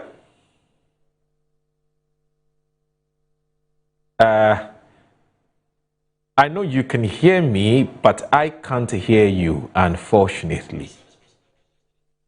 Okay, all right. So he is still sorting out his sound issues. But let's, whilst we're waiting for him, now, Christo Asafo Mission of Ghana for immediate release false allegations and incident on church property on June 21, 2026. The leadership of Christ Asafo Mission of Ghana wishes to address certain statements circulating on social media regarding an incident that occurred at the church's property situated at Kwabenya on June 21, 2026. After a lawful church event being held at the premises, Sarah Asafo arrived at the venue and forcefully drove her vehicle into the entrance gates of the property. Our verified information is that she struck her vehicle against two metallic gates, causing substantial damage to both structures. At the time of the incident, numerous worshippers and invited guests were present within the premises, including individuals seated in close proximity to the entrance. The actions described above created a serious risk to life and property. Had the gates completely collapsed or had the vehicle proceeded beyond the entrance, the safety of attendees could have been gravely endangered. Security personnel on duty intervened to prevent further escalation and to protect persons gathered at the event. The actions were directed solely toward preserving public safety and preventing injury to attendees. We have also become aware of unverified media reports made by certain individuals claiming that she was shot by her brother during the incident. With same adjuster for demonstrating a purported victim presentation, an apparent attempt to create a false impression of having sustained a gunshot injury. We categorically reject these allegations as false and misleading. To the best of our knowledge and based on information presently available to us, no such shooting occurred. We therefore call upon the relevant authorities to conduct a thorough and impartial investigations into all aspects of the incident. We further urge the public to refrain from drawing conclusions based on unverified social media reports and to allow law enforcement agencies to establish the facts through due process. Our organization remains committed to peace, truth, the rule of law, and the safety of all persons who attend our events. Signed, Church Leadership. We want to find out from the lawyer whether he can actually confirm or authenticate this release. So let's just watch these videos and then we'll come back and conclude on this matter.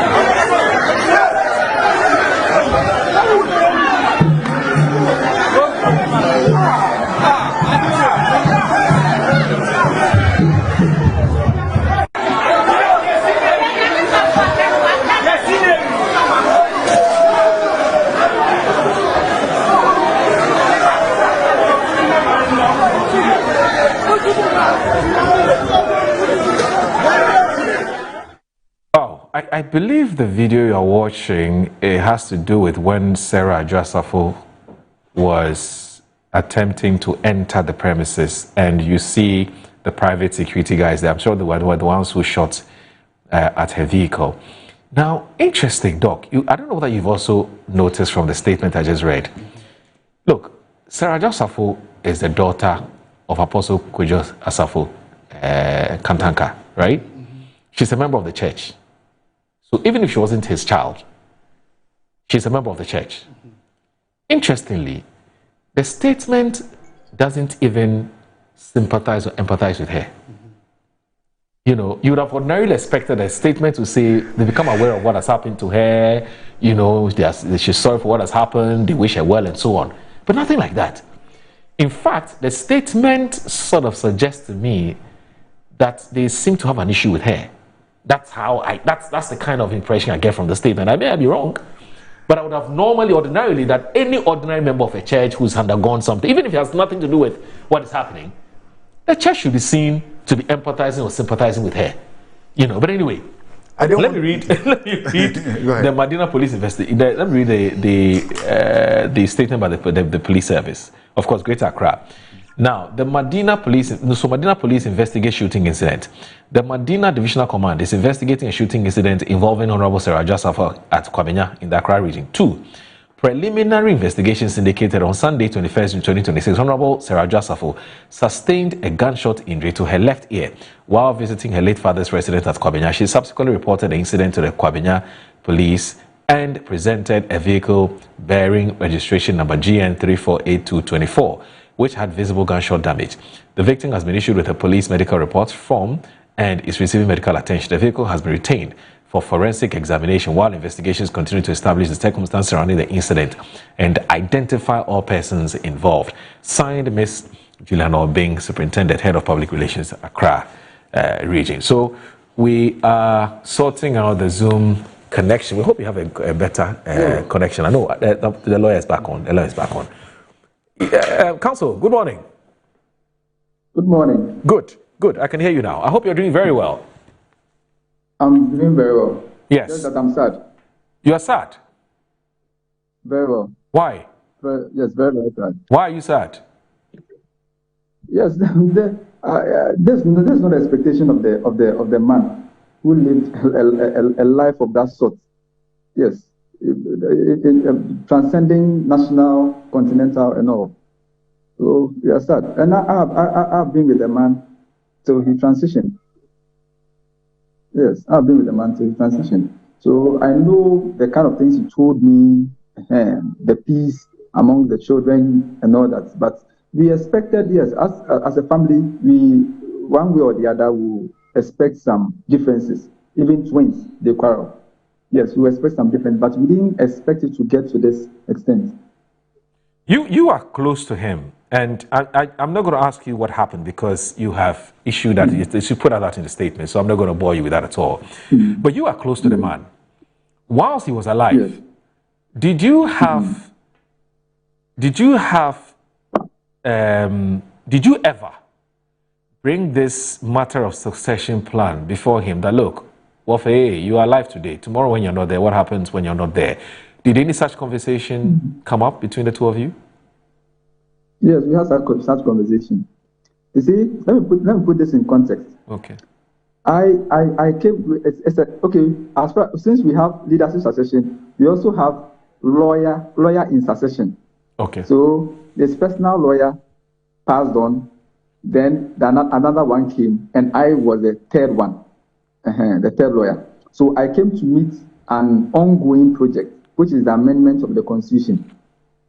So when I came to meet, I think he has far gone with the project. So I needed to continue. So he needed to maybe make amendments, which has become an issue now, in respect of removing Akufo-Addo as the automatic leader of the church. So after we launched the Constitution, I went there personally to him. That no, we should check the succession plan and all that.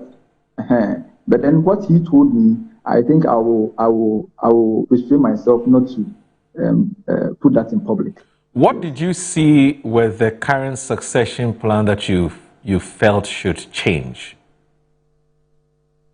Okay, from his perspective, his successor will come from any of his sons. Any of his sons. Okay, so it was his wish that whoever succeeds him must be one of his sons. And that was his wish? Yes, his blood. Okay. Yes, that's but did he... not his wish. Constitutionally, it's in the Constitution. Yeah, but the Constitution, I'm sure he would have played a big role in the writing or in the drafting of the Constitution. Isn't it? Exactly. Good. And I'm saying that, was it also his wish, or he really couldn't be bothered who actually succeeds him to be his son, one of his sons? That was his wish. That's wish that any of his sons. Yes, but I mean that was his personal wish. Yes, and included in the Constitution. Okay, and then the other stakeholders endorsed that wish.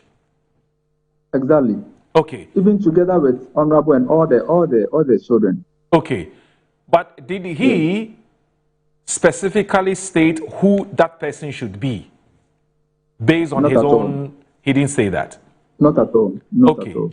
Now, even though, okay, fine. So we have established it that Apostle Kojo Safo wished that one of his sons succeeds him, and that was captured in the Constitution.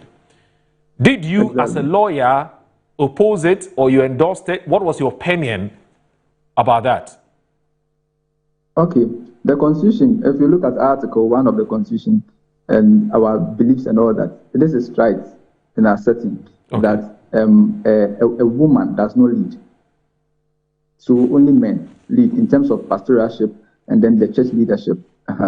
And then it is the wish of the man, which he has communicated several years ago, even I think before I was born, that yes, the one who succeeds him in the bloodline. So it is something which is known to every member and even outsiders. Right. But you as a lawyer, I cannot oppose it. That's because fine, it is something which he has communicated. No problem. Sometimes in drafting of constitution, he leaves room for certain discretion, but certain things are coming from him directly. Okay, but I'm saying that it's not just a check; it's a spiritual check as well. No, that's fine. I get that, but I'm saying that as a lawyer, you know, you have every right to express an opinion based on your appreciation of what the legal implications of some of the wishes or aspirations of your client are. You're entitled to do that, right? And then leave it for the person to take their decision. I'm saying that when Apostle told you that, look, when I'm no more, it is my wish that one of my sons succeeds me. What was your personal opinion about it? Were you for it, or you couldn't be bothered? Were you nonchalant? What was your reaction or your behavior towards that wish? Oh, very well. Yes. You see, as I indicated, certain things are very entrenched. So you don't even have room to even communicate because it's entrenched in our setting, in our tradition, and it's not as if he just laid it bare that one of my 3 sons will lead and it will create maybe a problem or something. No, he didn't lay it bare. After stating that the next leader will emanate from the 3 sons, one of his 3 sons, he put in place certain measures. He put in place certain measures for that actualization to really actualize, or that wish to really actualize. So the Council of Elders are there to appoint the next leader. They'll go through processes. So it's a procedure before they will arrive at one of them. So it's not as if any of the 3 sons and then they will be jostling for the position. No. And that's what actually happened. That's what actually happened. So they passed them through required procedure until they settled on one eventually. Okay. So this constitution, as you're telling us, which is the Crystal Asafo Constitution, I believe that's the name, right? Yes. Okay. Crystal Asafo Constitution. This constitution had the buy-in of who and who. Who and who are where? Or who, I mean, did you get the broad support of everybody as far as this constitution is concerned? The broad support? Children, church members, council of elders, everybody else, everybody's fine with this constitution, isn't it? Oh yeah, everybody's fine with the constitution. Okay, all right. Now, everybody's fine with the constitution. Okay, that's fine. Now, I have been reading the statement. Are you able... Sorry, before we talk about the statement, I asked you a question earlier that despite Apostle Kwadwo Safo's wishes, which is one of his sons should be the heir to his throne and so on, was he at some point worried that if he were no more, there could be some chaos, even though there's a constitution, but possibly there could be some chaos as to who succeeds him? I asked him whether he was aware that there could be possible chaos. Yes. Was it something that bothered him that once he's no more, there could be some problems, some challenges with his as to who succeeds him, even though there's a church constitution? No, you see, when he was alive, no one even become so eager to maybe lead, take entrenched position that yes, when you are no more, I will lead. For him to maybe become incensed that yes, when I'm no more, this guy will pose a problem. So I needed to really appoint maybe a leader myself. Okay. Nobody jostles for such a position. Okay. So that thing couldn't have come up. Even Akofena himself didn't give, I'm talking about the current leader, he himself didn't give any indication that he was interested, even whilst his father was alive? No, he was stopped from when he was removed, he was stopped from maybe performing his leadership role as previously. Okay. Yes, so he was stopped. So when he was removed, when that amendment came into being, now the founder was the founder and leader of the church. So he has no official role to play. Okay. I see. Yes. What was the relationship of Akofina like with his dad when he was alive? When he was alive? Yeah. Yes, when the man was alive, it's more or less like any of the children. Any of them can go to him, talk to him. Mm-hmm. So was Akofina in good terms with his father? Yeah, they were in good terms. They were in good terms. Okay. How many children does Apostle Kwadwo have? Sorry, if you don't mind telling us.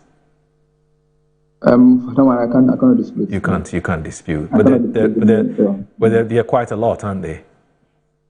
Oh no. For the number we know is the number you've been seeing in the media. Mm-hmm. As in when they go for how do you call it, the funeral invitation. The funeral invitation and then the burial and funeral invitation. Those are the children we know. And those are the children he communicated.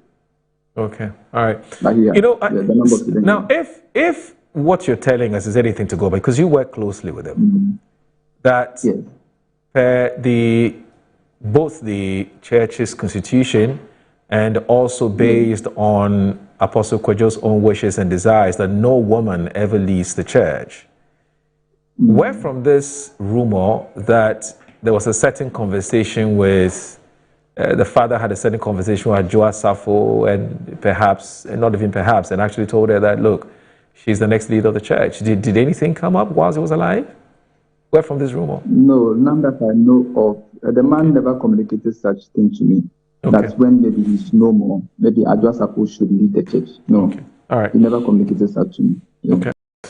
That would even go against the grains of the church's constitution, because as you have stated in the article, it's stated quite clearly, it's black and white, no woman can lead the church. It's an entrenched doctrine. It's an entrenched, yes, okay. It's an entrenched position in that constitution. But let me ask you this. I've been reading a statement this morning. Are you able to confirm if the statement was issued by yourself or your good self, or by who? First of all, are you able to authenticate the statement that's making rounds from the church? Yeah, it's coming from the leadership. Yeah, it's come from the leadership. Okay. Did you play any role in it? Did you play any role in issuing that statement? If the leadership issue, I can't indicate that. Yes, I have silenced myself. No. All right. It's the leadership. It's the leadership. Yeah. We have observed quite curiously that in that statement, there wasn't even any attempt to sympathize with Adwoa Safo. Isn't she a member? Isn't she still a member of the church? She's a member of the church. Okay. The statement doesn't acknowledge what had happened to her, and even say, we're sorry, we wish you speedy recovery. Nothing like that. It doesn't acknowledge it. Okay, I think what precipitated the statement was the sudden rumor which were fast circulating, because we're getting rumor from even some of our members.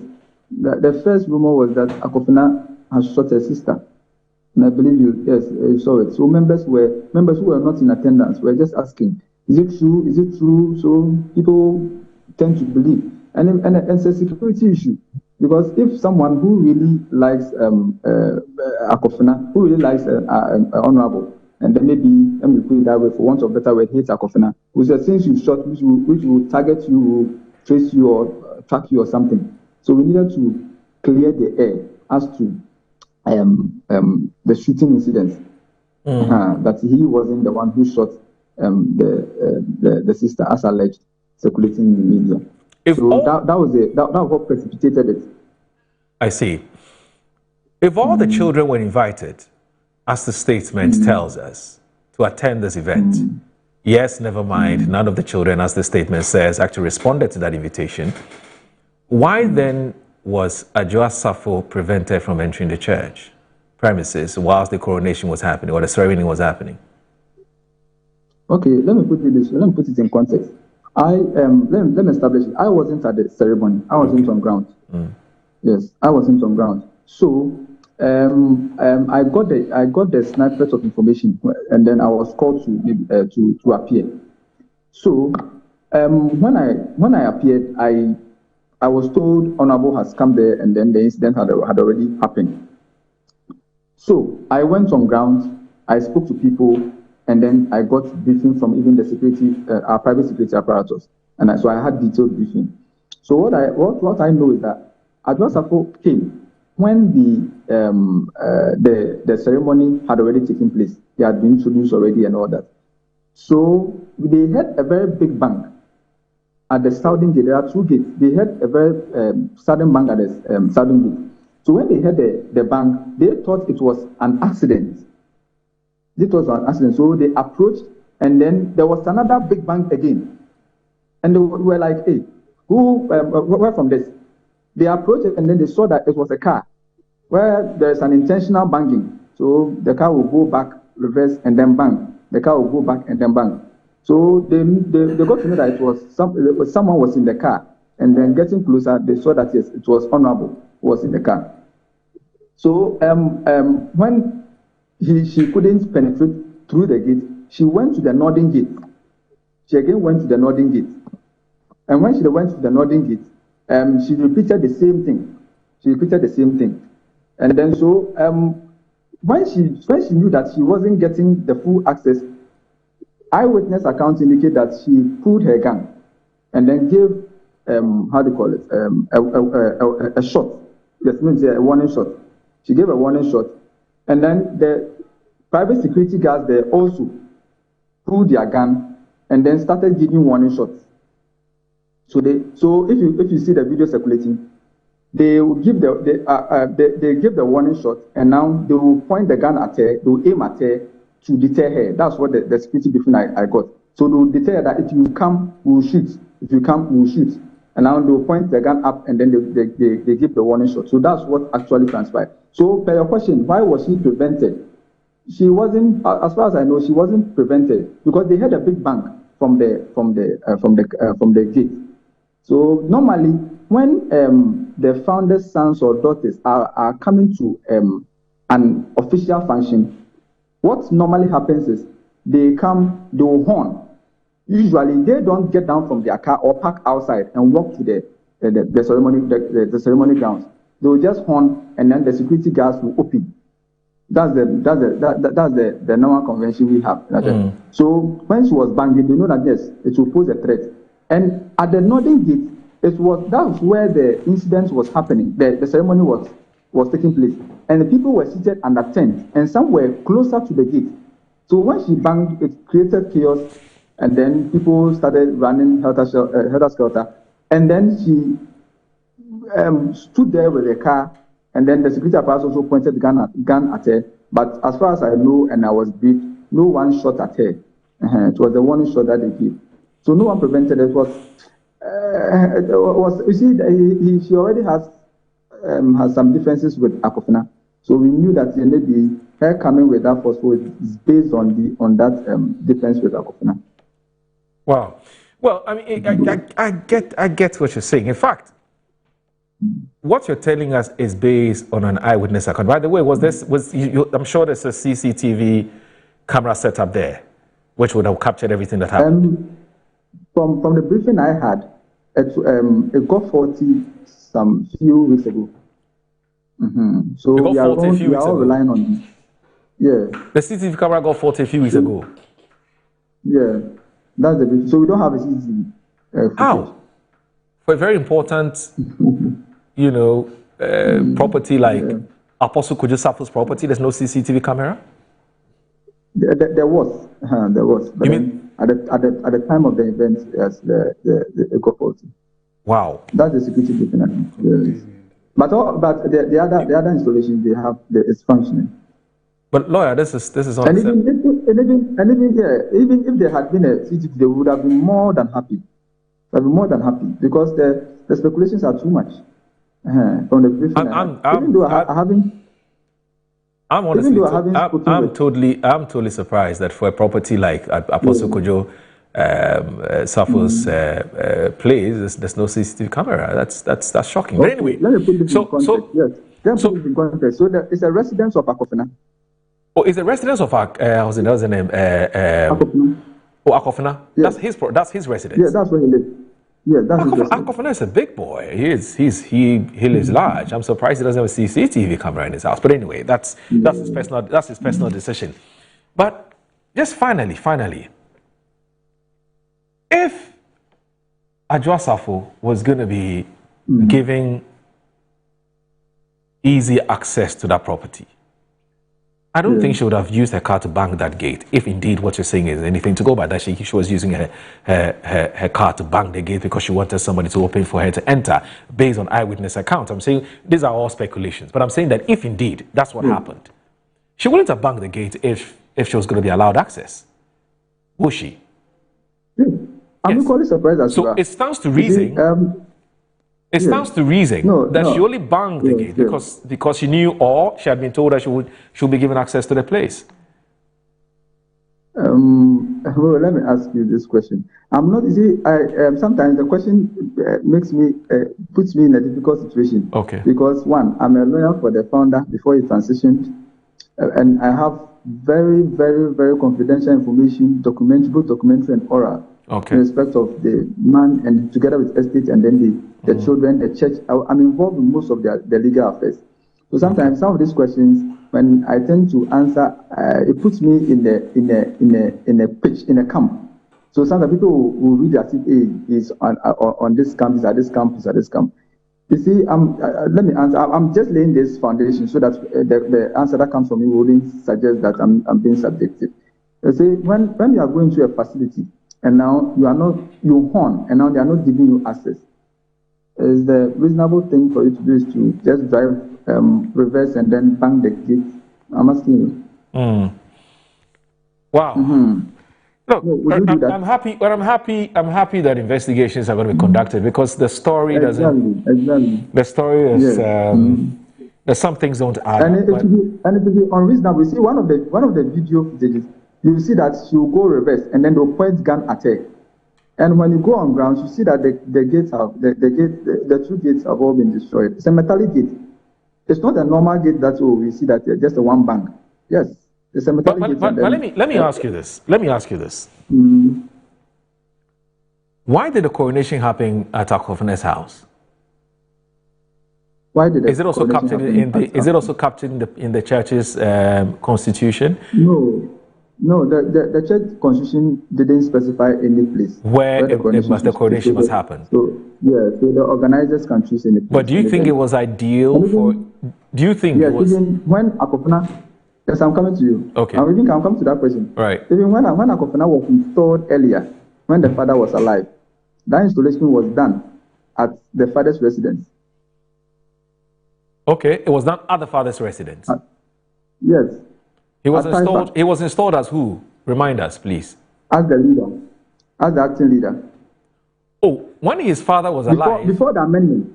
Yes, before the amendment. Hold on. Before the father died, Akofena before the father died, yes. He had installed Akofena as the acting leader. Yes. Oh, that's interesting. Yes. And you can confirm this that this was. Oh yes. But before the amendment, that was in 2020. That was in 2020. Yes. But after the amendment of the church's constitution, was Akofena still the leader of the acting leader of the church? Not at all. It changed. He was relieved of every. Yes, it changed totally. He was relieved of every position as an acting leader, holding himself as a leader and all. Now. Ceremony, and as I indicated, that ceremony took place at the father's residence, where Akofena was made. Where Akofena was made the acting leader of the Christos Afro Church or the Christos Afro Mission. Yes. Now, after the amendment, you say that after the amendment, Akofena was taking off. He was no more the acting leader. Yes. Who was made the acting leader? Who was no one? No one. So the founder assumed both founder and leader. Not even Adjoa. So it's not true that Adjoa was made the acting leader. No way. Maybe anybody can pinpoint any ceremony where the father pronounced her as the acting leader. So that rumor is also not true. No, it's not true. It's baseless. Okay. The matter is in court. What is this court matter? Tell us. That's my final question to you. We're told the matter is in court. Because we've seen the rate circulating. Okay. Let me put on record that none of the defendants has been served. None of the defendants have been served? No. None of the defendants has been served. The writ was issued on 19th June 2022, which is last week Friday, at 11 a.m. And then we saw the processes in circulation the next day, that's Saturday, around 10:09 thereabout, 10:11 thereabout. We started receiving this, seeing the processes online. So when I chanced on them, I contacted each of the defendants. Since I'm the church lawyer, I contacted each of the defendants to inquire whether they have been served. None of them had been served. I also glanced through. I saw that there wasn't any injunction application on it as well. Because again, the Ghanaian publisher today, and I read it somewhere, where we're told that an Accra High Court has placed an injunction on the succession process pending the determination of a legal challenge over whether the move complies with the church's constitution. 2 senior members of the Christos Affirmation have dragged the church and some of its key leaders to the High Court in a bid to stop the installation of Israel Kwadwo Safo, Nana Kwadwo Safo Akofena, as the next leader of the movement. Kwadwo Ajiman Boateng, a former Deputy General Secretary of Christos Affirmation, and Setapia Richard Brown have filed a writ challenging the legitimacy of the succession process following the death of the church's founder, Apostle Kwadwo Safo, in September 25. The suit, filed at the Accra High Court in Accra, names Christos Affirmation of Ghana, Israel Kwadwo Safo, also known as Nana Kwadwo Safo Akofena, Festus Ewusu Bedu, Dr. Kwadwo Ado Odro, and Robert Intifo as the defendants. You're saying the defendants to this suit have not yet seen the suit? So they've not been served. Maybe So maybe the reporter should have stated when the writ was filed. If a writ was filed on 19th June at 11 a.m., when did they go to court for the court to place injunction? Friday, 11 a.m. So there's Counsel. nothing like injunction. Counsel. Yes. Let me thank you very much for your time. It's a wonderful. But you've been very busy today. I mean, even though you had agreed to speak to us since yesterday, we've been calling. I mean, for the past for almost an hour. I was telling my lead producer that you are the hottest. You're the most wanted man today in Ghana. Everybody wants to speak to you. So anyway, thank you very much for and I also want to put on record, I want to wish Honorable Safo speedy recovery. We didn't expect this at all. Yeah. You see, and last 2 weeks or so, I arranged for a meeting with her so that maybe we can trash out certain things so that it doesn't escalate. We wouldn't have gotten here. So I've made attempts at maybe because she was busy with the funeral invitation or no, I wanted to sit her down and then we trash certain things down, but it never happened. So unfortunately, it has gotten to this extent. And we wish her speedy recovery. Okay. All right. Thank you. Thank you for accepting to talk to us. But there's some news coming in. I'm not going to say breaking news. I'm very careful when I talk about breaking news because what you may term as breaking news has already been broken by somebody else. So I say news coming in is that. But anyway, lawyer, thanks. Thank you very much. You can go off. You can go off the Zoom now. Yes, I know you're a busy man. Yes. So UK Prime Minister Keir Starmer has resigned as the leader of the Labour Party, but remains in office as PM until his tenure is over. So UK Prime Minister Keir Starmer resigns as leader of the Labour Party, but remains in office as PM until his tenure is over. Of course, he had signaled it last week Friday that he was going to be resigning, and so it's if for somebody as followers of current affairs and especially international news, this should come to you as a surprise. But yes, he's walked the talk. He resigns as both. Yes. He resigns as Prime Minister of Labour Party. Really? Yeah, but that's what the BBC is reporting. Okay, that's it. All right, so we'd have to move on. We'd have to move on because we spent quite an amount of time on this matter and look at some of the issues that have come up. I want us to do some MPP politics, and if there's time, we can look at why parents are now showering their children who have graduated from schools with cars and things right on the premises of the school. Meanwhile, these are parents who government is paying their fees because government assumes that they don't have money to pay school fees, and so we're giving them free SHS. But the person uses the money to buy cars, and they'll take it to the schools. And when they'll decorate the cars, some of the cars are very expensive. The three of us, we can't even drive those. We can't buy those cars. Honorable here, he drives the Honorable has just joined me. He drives a very normal Hyundai Elantra. He can't buy that car. Doc here, I've seen the car he drives. He drives a 2010 Nissan Pajero. You know, but these parents, we're paying your school fees. You're using the money to buy a car. You know. Anyway, so I'm talking about Bernard Bedi Akumbedu, MP for Akwitia constituency, also a lawyer. Good morning, sir. Thanks for joining us. Good morning. I'm told also some massive traffic on the Achimota Road. Anyway, anyway.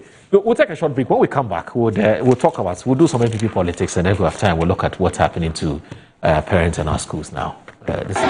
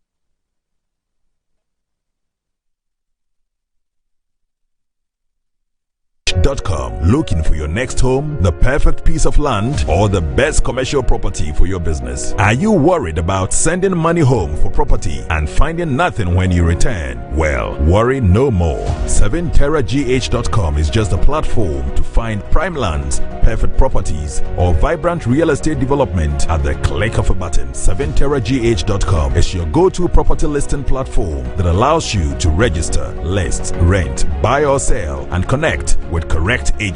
With our AI-powered smart search, personalized dashboards, verified agent connection, and interactive property maps, all your property needs have been made easier. Check us out on 7terragh.com or contact us on 0302-998-246 or 0561 032 252. 7terragh.com, powered by MNC Properties. Are you a headmaster, headmistress, parent, teacher, or an educator looking for high-quality textbooks for preschool, primary, and junior high school students? Look no further than Advocate Publishing Company. Advocate Publishing Company is a leading publisher of educational materials in Ghana that publishes very engaging, interactive, and comprehensive textbooks that meet the needs of students, teachers, and parents. Our textbooks are thoroughly published to make learning fun and easy. They are also designed to stimulate critical thinking, problem solving, and creativity in students. Make Advocate Publishing your preferred choice for all your educational needs. Explore our range of textbooks and educational resources. Visit us at the old GNTC yard near Kingsway, Accra. You can contact us on 0503 786 776 or 02408 06354, also 0531 600360, and connect with us on Instagram, X, and Facebook at Advo Publishing. Don't settle for less. Choose the best. Advocate Publishing Company, empowering young minds one textbook at a time.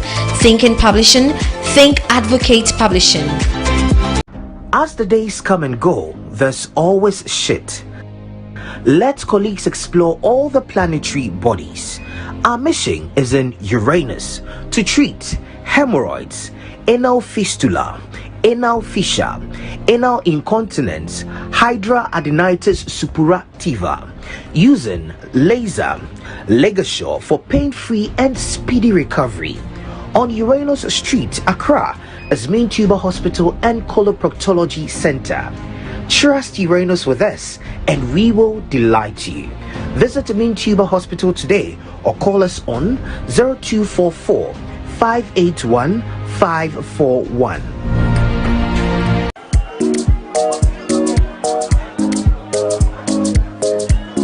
Madam, I'm looking for Abena. Abena, there's someone looking for you.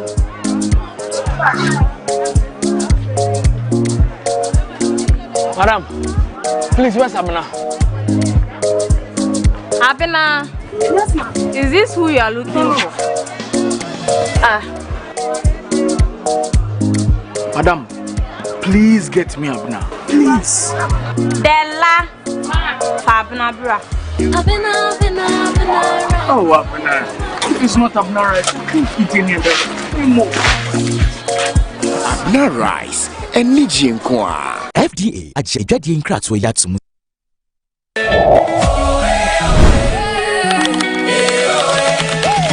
From the day you were born here in this place, you belong. Explore your dreamland with us this World Cup season. We guarantee genuine lands because Ghana deserves nothing less. The future is secure when you invest with Estate Masters. At Estate Masters, we make every transaction smooth, transparent, tailored to you. From Kaswa to every corner of Ghana, we are here for you. Strengths are people, just like the Black Stars. Together, we win on the pitch and in building homes for Ghanaians.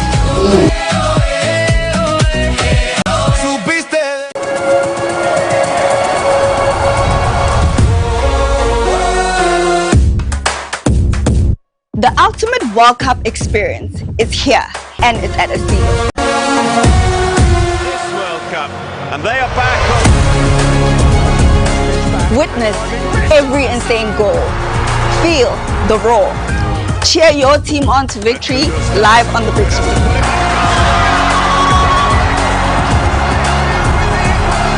Dive into live studio action with Metro TV. Sip on bold signature drinks and devour mouth-watering food straight from Estilo Bar and Kitchen.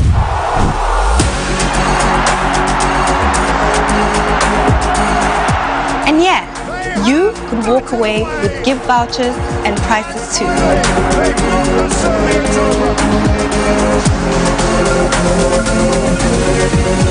Estilo, the World Cup is here. Live it loud, love it hard. Only here.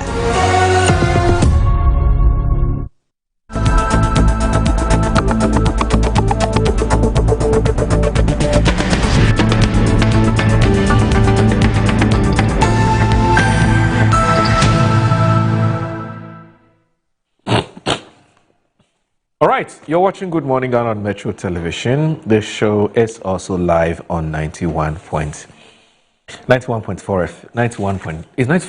FM, sorry, let's get that correctly. Let me say that Mr. Bediakun is also here, and he's MP for Kwitia and Akwitia. And Honorable, it would not be fair for me to give you at least a minute to comment on the unfortunate incident with your friend Ajwa Safu and the Crystals of Formation. Any brief thoughts? Thank you. Thank you. Good morning to our viewers and my big brother, and your good self and your team. It's, as you rightly put it, it's an unfortunate incident. It shouldn't have happened. I'll be shocked to ever hear anyone defend this. Disagreements, if there is any, should not lead to some of the things we are hearing. I really wish my dear sister well. Members of the majority, we were worried. The majority leader, who was not in town, directed that who were around, including the Deputy Minister for Health, some other ministers, should rush to the hospital to find a way they can assist, get our dear sister back to life if she was in danger. You see, I do not want to really go into this matter for some reasons, but I will just ask some few questions, having heard what his lawyer for... Is it a church? for the church. First of all, it says lawyer for the church. It's also the personal lawyer. He used to be the personal lawyer for Apostle himself, Kojo Safo. Is he related to them? I don't think so. So he's Safo. He's also Safo. Oh, I should have asked him. I should have asked him. It's a very important question. But you see, a few questions. So according to what I heard the lawyer say, is it the case that he admits that whatever she may have suffered is as a result of the differences between Safo and them? Because she said that she was trying to arrange a meeting with her to if Adwa had actually availed herself for that meeting, these things would not have happened. He said it. Yeah. In fact, what he said was that there were some issues he wanted to speak to. Is that the reason? Yes, but he didn't tell us what exactly was. Yes. But he said he wants to keep if you're a lawyer, you have to be very careful. See, and I'm surprised again. He mentioned something that the gentleman was sworn in as what you asked questions about it earlier. Yes. That he was sworn in as the leader when acting leader when the big man was alive. And he said before the amendment of I mean, which law operates retrospectively, such that if the law places you in at a position and the law is changed, it means they have to take you off. I mean, it doesn't work like that. It doesn't work like that. It doesn't. No law works like that. He also mentioned a law which he claimed is entrenched. I don't know his understanding of entrenched provision. What does it mean, as far as it's concerned? That a woman can't be the leader. No, yes, and he said that law is entrenched. Yes. I don't know what he means by their constitution, which is not a statute. Their constitution is not a statute. Let's put that. It's not a law for the people of Ghana. You talk about entrenchment and all that, and you could hear. And I wish he plays back this whole interview. It's obvious he is for one side. I mean, nobody. I mean, it's that is the feeling I got. If you are a lawyer for all, and your Adwa has not been expelled from the church, I would have. But you media people too. I mean, I thought that you would have even recused. I mean, you shouldn't just be talking because you've been asked to talk. You should be very careful. Because you are a lawyer. Adwa has not been expelled. He's part of the church. Why was she even not allowed in? A church is organizing something. I mean, we forget the family issue. It was a church program. Is Adwa not a member of the church? So why was she denied entry? For what reason? You see, so a lot of questions. For me, I'm happy some people have been arrested. Look, they must be prosecuted. This was supposed to be a public event. Was the police notified? As the law, the lawyer should be listening and maybe providing answers. Because it appears he knew what was happening.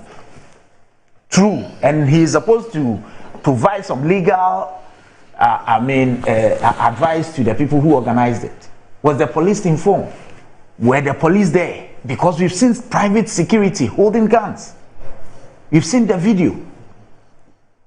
I mean, why? What are we doing? This is a very noble man, a very peaceful man who didn't really rise out. And this is not healthy for them. I'll leave it there. I don't want to get into, because there are other things I know I don't want to get into. But they should. I want to quickly add something small to what he's saying, because looking at the video I've seen, and also from the video from inside, you could clearly see up to 10 men fully armed and pointing their guns at the gate at a public event. Now, remember earlier you're talking about national security. That should contain national security. Because I don't know whether private security. You are in their statement, they said private security. Yeah, so you are MP. Do they have the right to carry such powerful rifles? Not at all. Not at all. No, so for me, that is, you see, you were asking on when national security comes to. If there's any time, it's now. Because now we've seen them. Secondly, and that is what the Honorable said, if it's a public event, we didn't know to the police, if there was the need for guns to protect you, did you tell the police? It's a church, and you have this, and the place is full with people, and you have this number of people with guns walking. We've seen even professional police sometimes, their guns accidentally discharged, right? Professional soldiers, sometimes their guns accidentally charged. You have such people. I mean, I'm talking just based on the video, and like there's military style dress, and all the guns are pointing. How? Like that means that you were literally expecting an invasion force. Just look at it. I'm saying, look at the pictures. You're waiting an invasion force. Secondly, you say you fire warning shots. Look, We've seen how professional people who know how to fire guns, fire warning shots. A warning shot should not hit the window of a vehicle. That, and then I'm not an expert in ballistics on guns, but I know that is not a warning shot. You fire a warning shot up.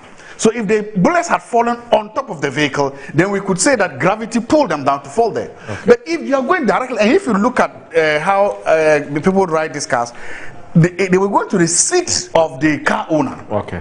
And if you say, so that cannot be one shot, but for me to carry this amount of armoring to such a public event should then raise the legitimate national security concerns. Okay. The Office of the Registrar of Companies, ORC, wishes to inform all companies, business owners, and the general public that the deadline for filing annual tax returns, renewing business names, has been extended from 30th April to 30th June 2026. Now, this extension gives business additional time to regularize their status and also avoid penalties. So, failure to comply by the new deadline may attract sanctions, including additional fees and possible removal from the company's register. Additionally, the ORC has announced that 318 companies have been earmarked to be struck off the register in accordance with the Companies Act 2019. Affected companies have 3 months from the publication date to take action or make representations. Now, for further inquiries, clarification, or to obtain a copy, kindly reach our call center on 0308 249 841 or you can just WhatsApp or Telegram 0599 525 774, or connect with us on social media at ORC Ghana. ORC, a trusted partner for business. Now, gentlemen, I want us to look at an issue which came up sometime last week. You know, we saw a video of Kennedy Japan. It has to do with the former MP for Asin Central and also a former flag bearer aspirant, Kennedy Japan, who also, you know, tasked himself as a financier of the MPP. He spoke his mind on the Siwa and the Afari hospitals and blamed the two political parties for failing Ghana. But of course, blames MPP more. It says for 8 years, MPP was there, the hospital had not been built, and so they don't have the moral right to complain or to criticize the NDC. And then right after that, the MPP's minority in parliament and also some former members of the health committee in parliament, when Honorable was there, issued statements to that effect to sort of disagree with what he said.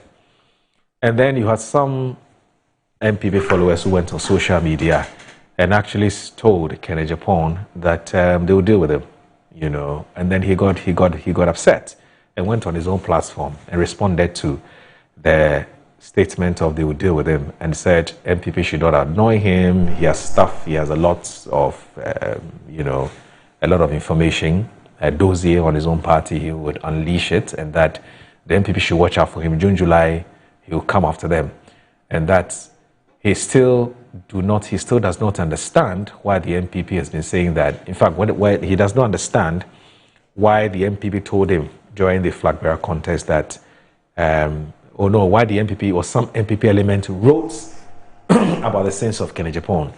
So he said all of that in that Net2 interview. We don't want to play that back here because we don't have all day. Our time is almost up. Now, based on those statements that he made and the threat that he issued, some MPP members decided to petition the party's general secretary seeking disciplinary review of outspoken member of parliament Kennedy Japan over what they describe as a pattern of misconduct detrimental to party unity ahead of 2028 elections. The petition, dated June 18, submitted by Charles Opoku, Deputy National TESCO Coordinator from the New Job in South Constituency. He is accusing Mr. Japan of repeatedly making public statements against fellow MPP members and opposing official party positions in ways that have brought the image of the party into disrepute. Opoku, who said he has served the party for 14 years, argued that such conduct violates Article 3 of the MPP Constitution, which requires members to be truthful and loyal to the party and protect and promote the good name of the party. He singled out Mr. Japan's recent criticism of the MPP minority caucus over the Afari Military Hospital impasse, alleging the Asin Central MP, former Asin Central MP, used outright lies and false publications to undermine the party's efforts to get the government to complete and operationalize the facility. The petition also raises concerns about the activities of the base, a group that emerged after the MP presidential primary, and the group's operations outside recognized party structures have created anxiety among grassroots members and risk undermining the authority of established party institution. A further matter of great concern, according to the petition, was a recent media interview in which Mr. Japan was reported to have threatened to disclose confidential party documents. Now, if you go to, and I'm reading this from my John Online, if you go to the Herald has a story by Sami Uku, who is MP for the Equipum North constituency. He says that there is some attempt to sabotage Dr. Mahmoud Bawumia. Now, he's urging the MPP, flag bearer Dr. Mahmoud Bawumia, to remain focused and resilient amid what he describes as attempts to undermine the former vice president's political ambitions ahead of the 2028 general election.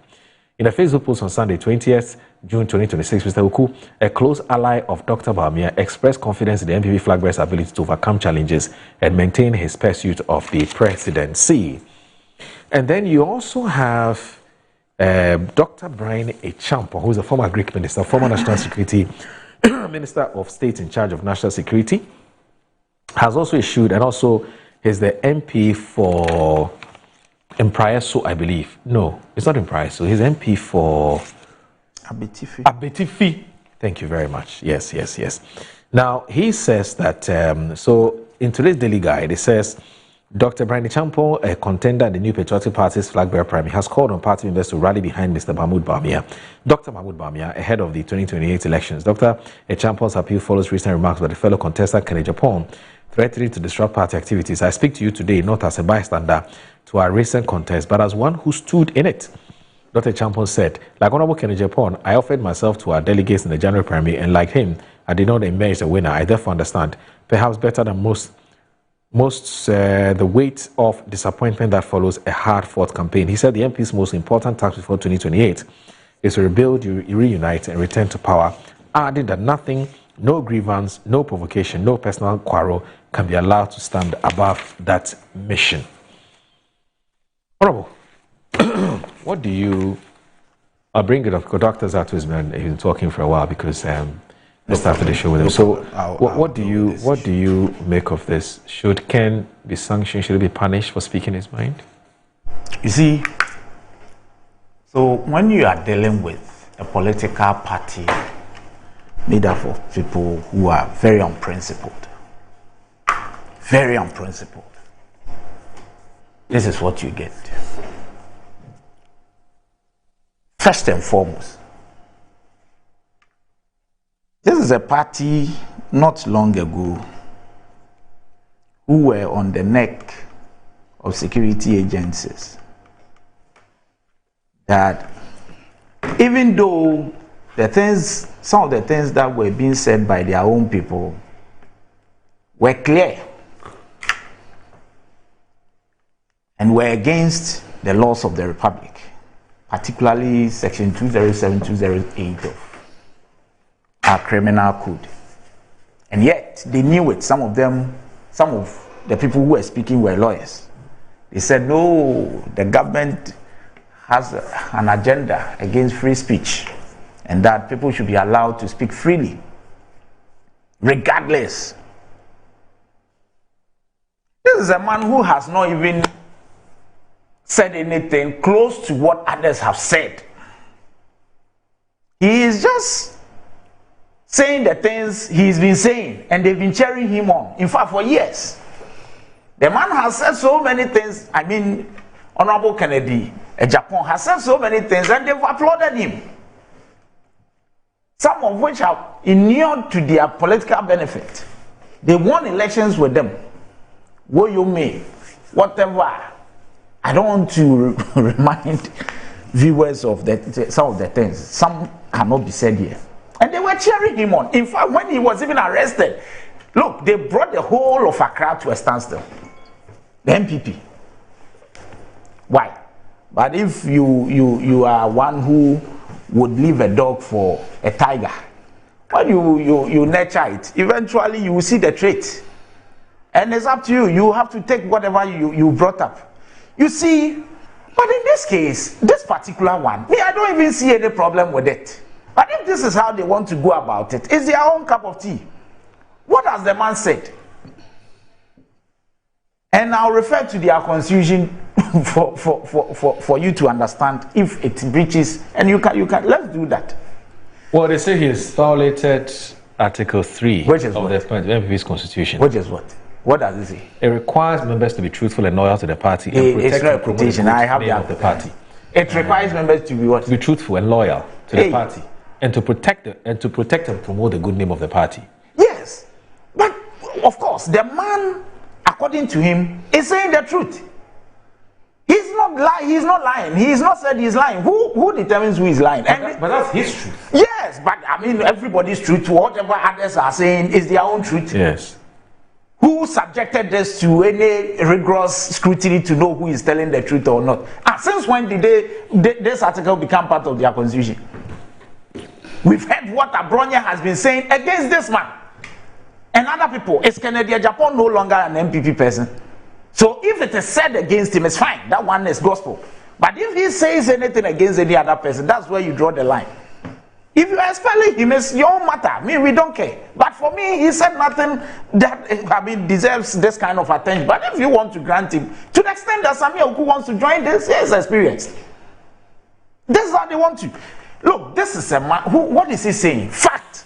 Is it true that the MPP shamelessly did what they did at Afari? Some of their own people cannot even defend it. You've seen the videos that is going around. When Dr. Bawumia said he's been assured that in 2022, the Afari project will be completed. The videos are all over. Dr. Bawumia himself, as Vice President of the Republic. It is a fact, per the report, we don't have time, that the structure itself was over 90% complete. Just for within 2 years, because the project, the construction actually started in 2014. What has been discussed before 2014 is not really the issue. But when it started, within 2 years, 90%, over 90% of the structure was put. And then you came. And this is a region that gives you the highest vote. In fact, all your political fortunes depend on this region. And you have the likes of Honorable and UFE and Co., who now are shouting on top of the roof that something needs to be done. They were in power. For 8 years, what did you do? And they keep telling us it's not true that we didn't do anything. Tell us what you did. We brought this water. We brought this cup. Tell us. They always say that we did something. 90% complete for the architecture, just the biomedical installations and all that. Within 8 years, couldn't do. And you are telling us that it's due to some disagreements and whatever, which you couldn't resolve. And this government comes and is saddled with all this confusion. Now the contractor is claiming so much money. We need to go and find the money and go back to it. Then you go and take cutlasses when you don't even weed your own compound, your own place. I mean, you are not the people who clears the weed there. Yet you could take cutlasses, including some ladies I don't want to, who are members of parliament. They're patriotic citizens. And they just become patriotic. They weren't before. Well, we cannot become patriotic at some point. At some point. So they are now patriotic. We thank God that they weren't within the 8 years, but they are now. And then you walk there and you want just the optics because you think Ghanaians are dumb. And when the backlash comes and your own man is exposing you, then we feel Ghanaian. It should be celebrated. Your he has rather been patriotic because you know you failed. So in this particular instance, I celebrate Ken for coming out, even though his tradition is being disingenuous. He says, I will not. I will tell the truth for the people of Ghana. But in telling the truth, he's ended up throwing his own party under the bus. But so we are encouraging people to lie regardless. People to deceive the people of Ghana. No, just keep quiet. But why should we keep quiet? You're embarrassed your party. No, but you see, that's why I'm saying that since when things have been said, when he was saying things against other people, you celebrated him. Did you subject him to the scrutiny you want us to subject him to, whether he was speaking the truth or not? So you've not, because it's against you, and is that what their constitution says? That if it is against you, then you can activate the provision of it. Look, if you read their constitution, it defines this anti-party whatever behavior as a speed that undermines the party's unity. Yeah. violates established codes of conduct and brings the party into disrepute. Tell me where this comes in. He says, we failed the people of Ashanti region. But he said the only person who is saying, in fact, Dr. Bawumia, on some occasion, when he was doing this, was a thank you to or whatever, he admitted to certain things that we didn't do this, we did. In fact, Dr. Bawumia on a platform, he said he was even surprised to hear from, and I was shocked to hear from him. He said that at the time Ghanaians were suffering, they were doing certain things that did not inure to the benefit of Ghanaians. Post-mortem, you've lost election. People are telling you the truth that we failed this, we failed that. How is that supposed to be? So you should be quiet because you want Ghanaians to be deceived. He would not. Okay. So at the end of the day, what we are saying is this. Look, for me, if Ken is saying what he is saying, and this can land him in this trouble, I encourage them to proceed. Okay. Because the man is saying that next year he will tell us more. We are waiting. Let me even give you this. This issue of the 10%, he said, is that the reason they want to subject him to this? The man is saying that you people took the contracts and came to sell the contracts to him and other people and took 10% away. Is it true or false? Were you not in this country when the deputy finance minister came to parliament on the 10th day of March 2025, 3rd day, and told the people of Ghana that the president had initiated a certain investigation into the Agenda 111, and the Auditor General's report, which is dated, which report is dated, I think, in March 2024, said that 35 contractors had taken a whooping $7.9 million, but failed to even turn up at the site. This is what the Auditor General's report is saying. If they want prosecution, it will happen. Because you see, for you to take $7.9 million as mobilization and vote, it means that there are accomplices within the system. There is no way a contractor could take such a whooping amount and vote without the authorities, the public servants or the people, public authorities watch him to vote. It means that they are all accomplices. So if Ken is saying this, we are not surprised. But we want further details. And you see, if anybody quotes anything Ken may have said against NDC, the person may be would be misleading them. Because you sit here, if I ask you what pertains in Metro TV, you would be in a position to tell me more. But you can't tell me much about what happens in GTV or TV3. I will believe you if you speak about matters in Metro than elsewhere. So anybody who tries to equalize by saying he said this against you too, that's unfair. Right. Because he is within. Okay. We will believe him because he is with you. He said they came to sell the contract to him. Don't equalize, because as for us, he's not with us. He may be lying, but yours is within. Okay. So we will take it as the gospel. Look, do you also smell sabotage from Wise as a political science person? Do you smell sabotage, or you think that this is vintage Ken? Allow him to speak, ignore him. Thank you very much, and I like hearing my friend talking. That was so eloquent and nicely put, honorable. Thank you very much. A gentleman went and put something on a poster that says that, with a picture of the president, says Dumso is back. The next day he's with BNI, National Security, not even the police, to come and answer for that. Honorable Kennedy Agyapong goes out and says that in this government, somebody has come to give a contract of 500 million to the wife and has asked that the wife should give her 10%, and she refused. Why is nobody interested in that? Where are the warriors of oral? Where are the warriors of good governance? Where are the warriors of integrity? The man has said it. He says, in this government, in this oral government, some people within the government have come to me and they have given me, they've said, come with 500 million. Do you know how many big push projects I can do? But bribe me with 10%. The police have not invited him for answering. National Security has not invited him for answering. Nobody in the NDC is saying anything. But a man puts a picture of the president on the possible board, say Dumso is back, he's detained, he's facing trial. I want you to understand how this government prioritizes what it thinks are important to it. That the picture of the president saying Dumso is back is a national security concern. But a 500 million alleged bribe, that one is nothing. We'll leave that to Ghanaians.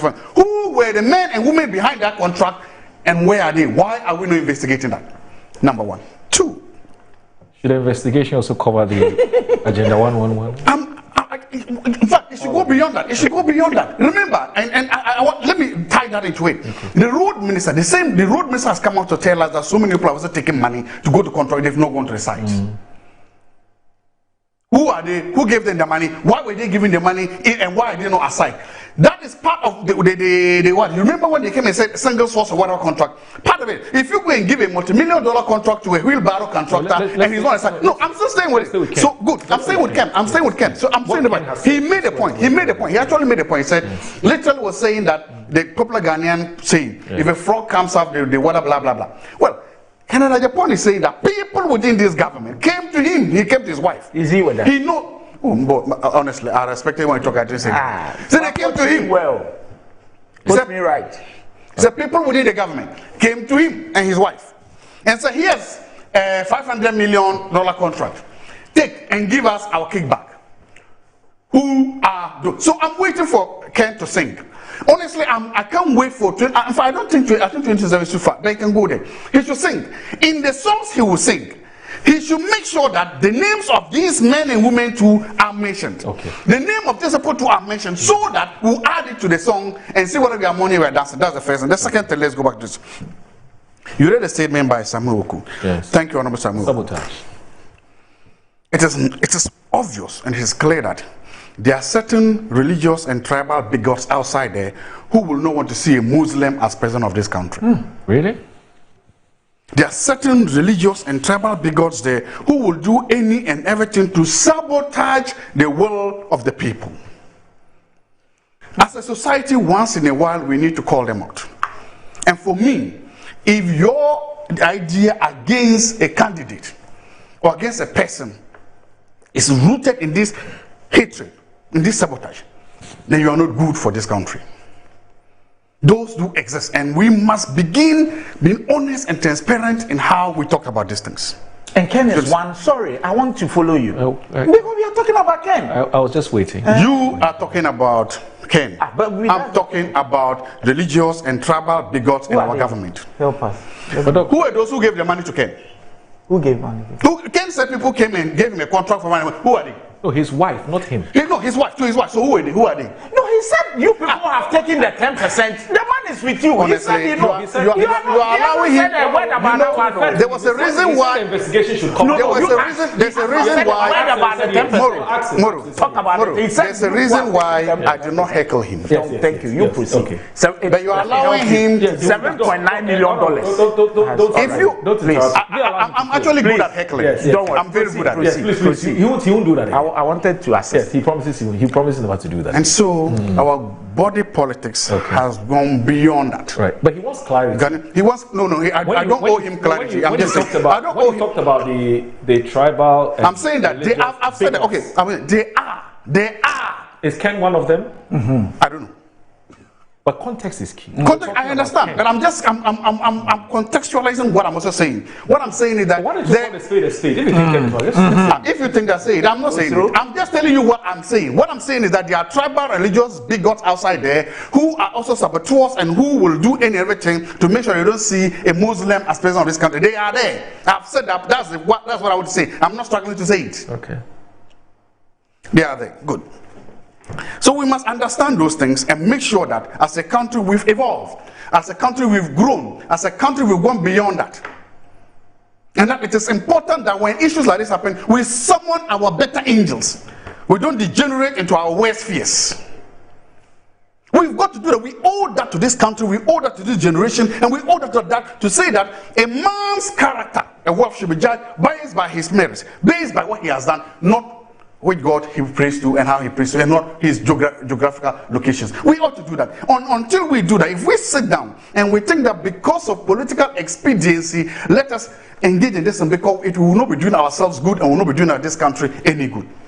That is what I want to say. But these bigots you have talked about have always been who they are. Exactly. And it is important that we also keep reminding decent mining Ghanaians that they do exist. And they come in different forms and in different shapes. And that we should let it be there. It's there. We should add it to the public discourse. Let me go.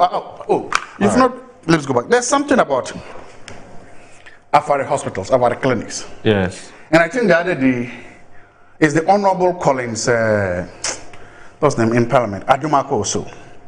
Collins Adumako, who on another show with one of a colleague MP, I think Honorable Vandi, asked the question. But for me, I don't want to go there. There are records. And you see, there was this document running around the whole of last week about parliamentary proceedings, about the first budget that this government submitted. Right. And about a portion of the budget, literally the finance minister was saying that Afari Hospital is 98% complete. That is, you are from a house of records. That is in the record. The record states that, and this is not a record that is by Honorable Amin Anta, who say it is but by the... That's not wrong. Please, you know, again, I will do you some. Don't worry. I will do you some. You talk. I'm putting on record, I will do you some. I'm helping. I'm just helping. In the House of Records, saying that the hospital is 98% complete. I've also heard the minority, the ranking member on health, I think that is Honorable Professor Bayu, saying that they only need to send water there, they need to construct the roads, and then they need to get power there. 3 things. He says, with those things, it can be open. This is where we are. So for me, what he says tie in with what is in the record in Parliament that is 98% complete. So if a hospital is 98%, and if the only 3 things the hospital needs are utilities to complete, these are public utilities, those are things that the state the state can provide. We should succeed. Look, all this thing came around as a result of what? A strike action or in CAT. So the question that I ask is that during COVID, if you remember, what's his name? UGMC was not completed. There was question about the public said it doesn't matter. We are in a crisis and we need a place. That even is not completed, open it. That pressure happened. It was a similar thing that brought us here. If the ranking member is believed, and I believe him, if the records in Parliament are true, presented by Otto Forson, I believe that is 98% complete. Why don't you even open, even if it's just one ward, one wing, put water and put it so that they can, even if you can make a such a way that if you receive emergency care in Konfanochi, immediately you finish, the hospital takes you at least for admission there. You can easily do that because sometimes the best form of a government is seen when you are in a crisis. If people are lying on stretchers to be treated, I think it's better those people are in an uncompleted, in a hospital that only needs water. Water can be sent there one day. Within 24 hours, you can send water there. Within 24 hours, you can sell electricity. I'm not saying the whole thing, one floor. You didn't do that. The Kumasi Traditional Council said they are going to visit to find out. Since that time up to now, what I expected is that there's no blame to go because this hospital has transitioned so many governments and no blame to go. I was expecting the government to say that enough of the blame game because there's enough for anybody. So far, this is what we have done to, even if it is just open one wing, one ward for these emergency times, instead of firing the CEO of the hospital, instead of doctors going on strike. This is what you do when you are sensitive. This is what you do when you put the health report at effect. But so far, nothing has happened to that place. And we are still wondering. Look, this politics will go on, but the facts remain that if it's 98% of job is done and you've not done it, it's not yours. You cannot try to blame your woes, pathologies, and failures on what the previous government did. It's about how time this government accepts responsibility for this state. You will say, oh, dollar picking, we did it. Fuel is coming down, we did it. Inflation, I think we did it. But when there's anything that needs strong, determined leadership to lead the people, like opening a simple hospital of you say, oh, blame NPP. When will you stop blaming the NPP for your woes and pathologies? There has to be an expiry date on that. So far, we've not seen that date, and it's not fair. All right. Let me bring in US. You see, no, please. But you spoke first. So if you don't determine it. You see, first and foremost, okay, you see, when I shut up and he was talking, you thought you were being superior, now you see. Doc, No, I'm just saying that I give you the courtesy. Please do the next 2 minutes so that I can bring Okay, after him, also do 2 minutes. Okay. We were given a topic about Kennedy Ohene Ejapon. Yes. What he may have said about firing and proceedings being initiated against him disciplinary proceedings. Yeah. So far, Dr. Zato has spoken for about 17 minutes. He was never able to mention the name of Honorable Kennedy Ohene-Agyapong for fear of whatever. He wasn't able to. He had to move to Komfo Anokye and then came to Dollar and went to whatever. He couldn't mention the name of Kennedy Agyapong. They all fear him. You see, you know what is happening. The man is saying that you have taken 10% of the contract sum and you have gone away, and that is why the contractors are not able to do the Agenda 111, including the Afari Hospital. Now, the man is saying that he would expose you by bringing documents. He's with you. He's not with this government. What his wife may have told you may not be true, but with you, he's with you. He knows you, and we are waiting for the document. You sat here, and you couldn't tell us whether that is a fact or not. What it is now is this. We are comfortable with what Honorable Kennedy Agyapong has said.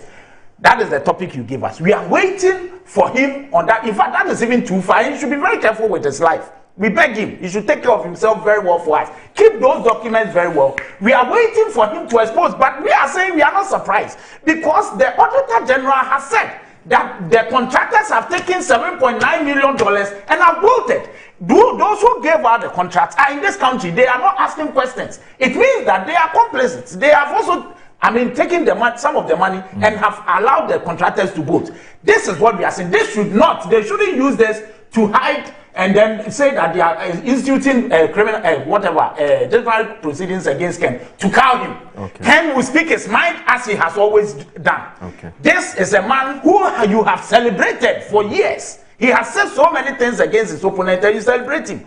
Talk about Kennedy Agyapong. You are saying that Ken is a bigot and he is not interested in making, or he is not going to allow former vice president to become president of this country. If you are not afraid, mention his name. We are tired of this lecture.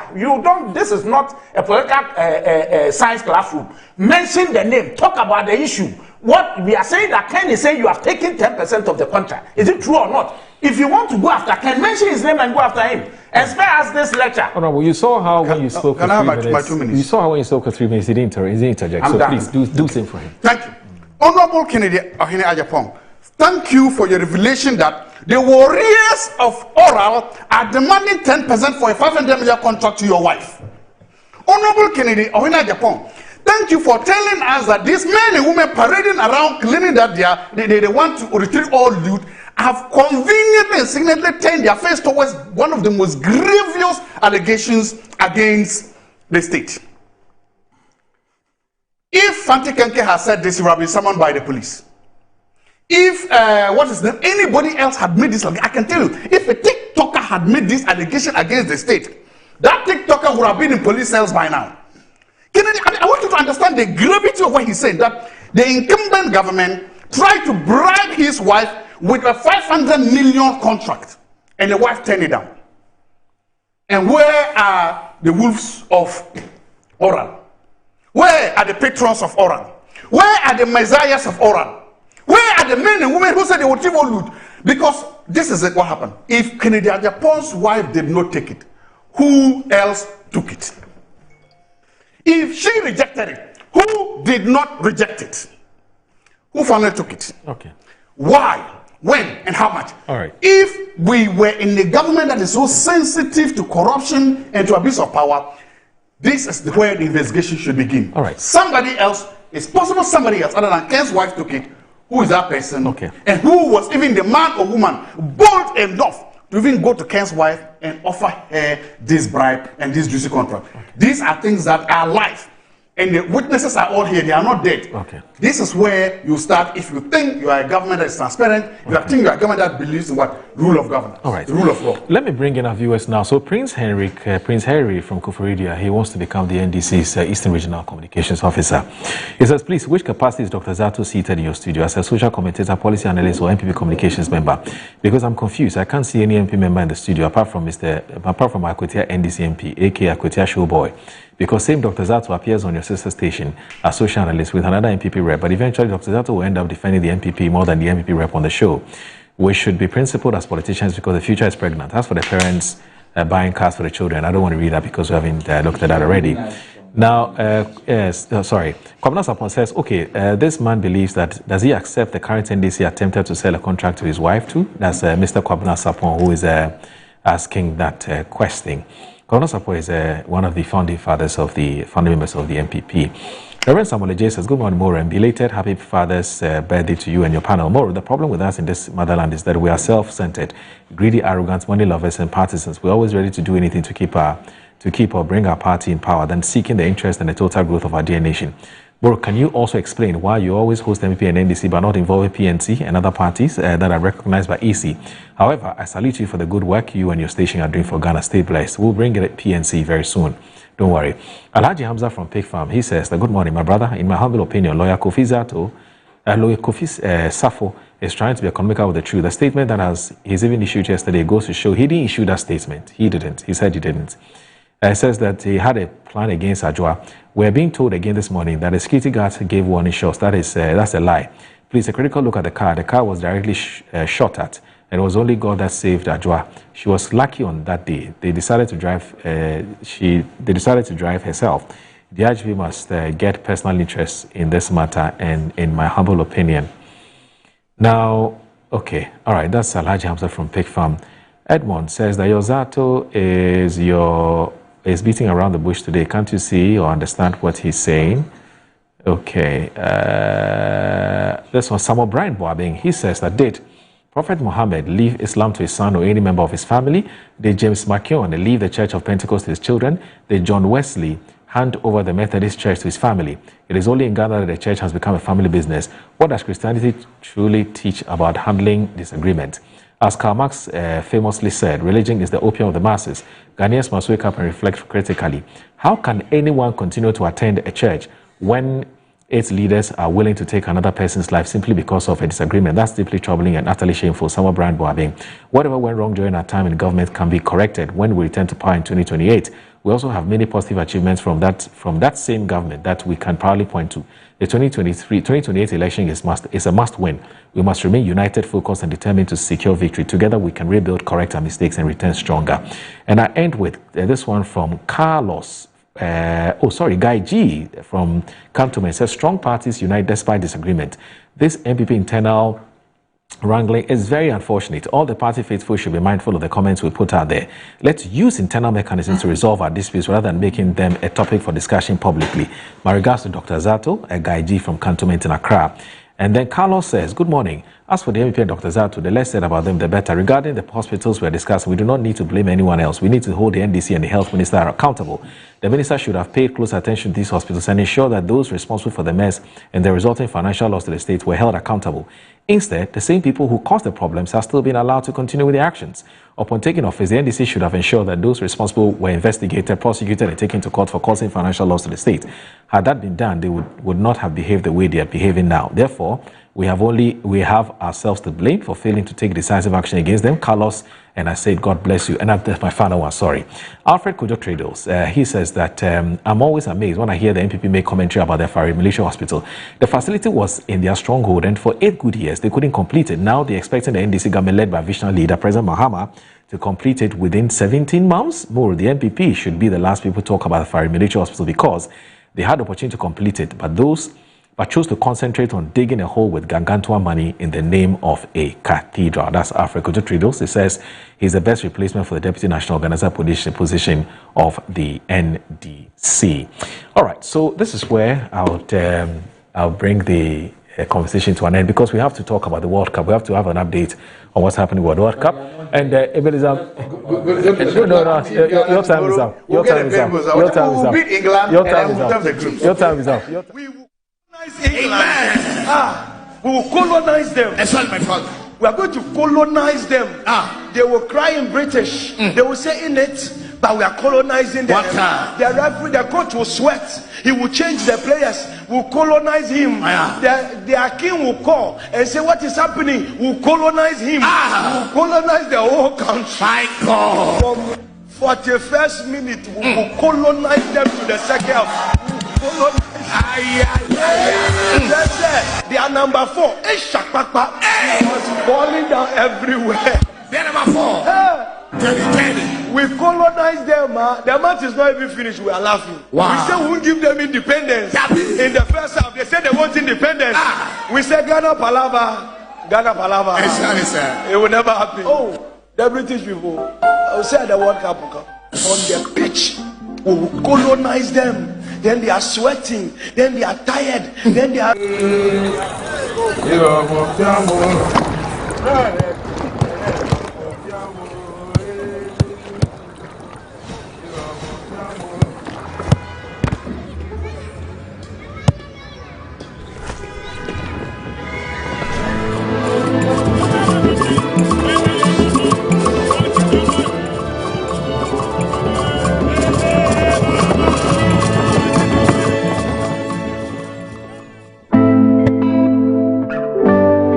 Sam Snake,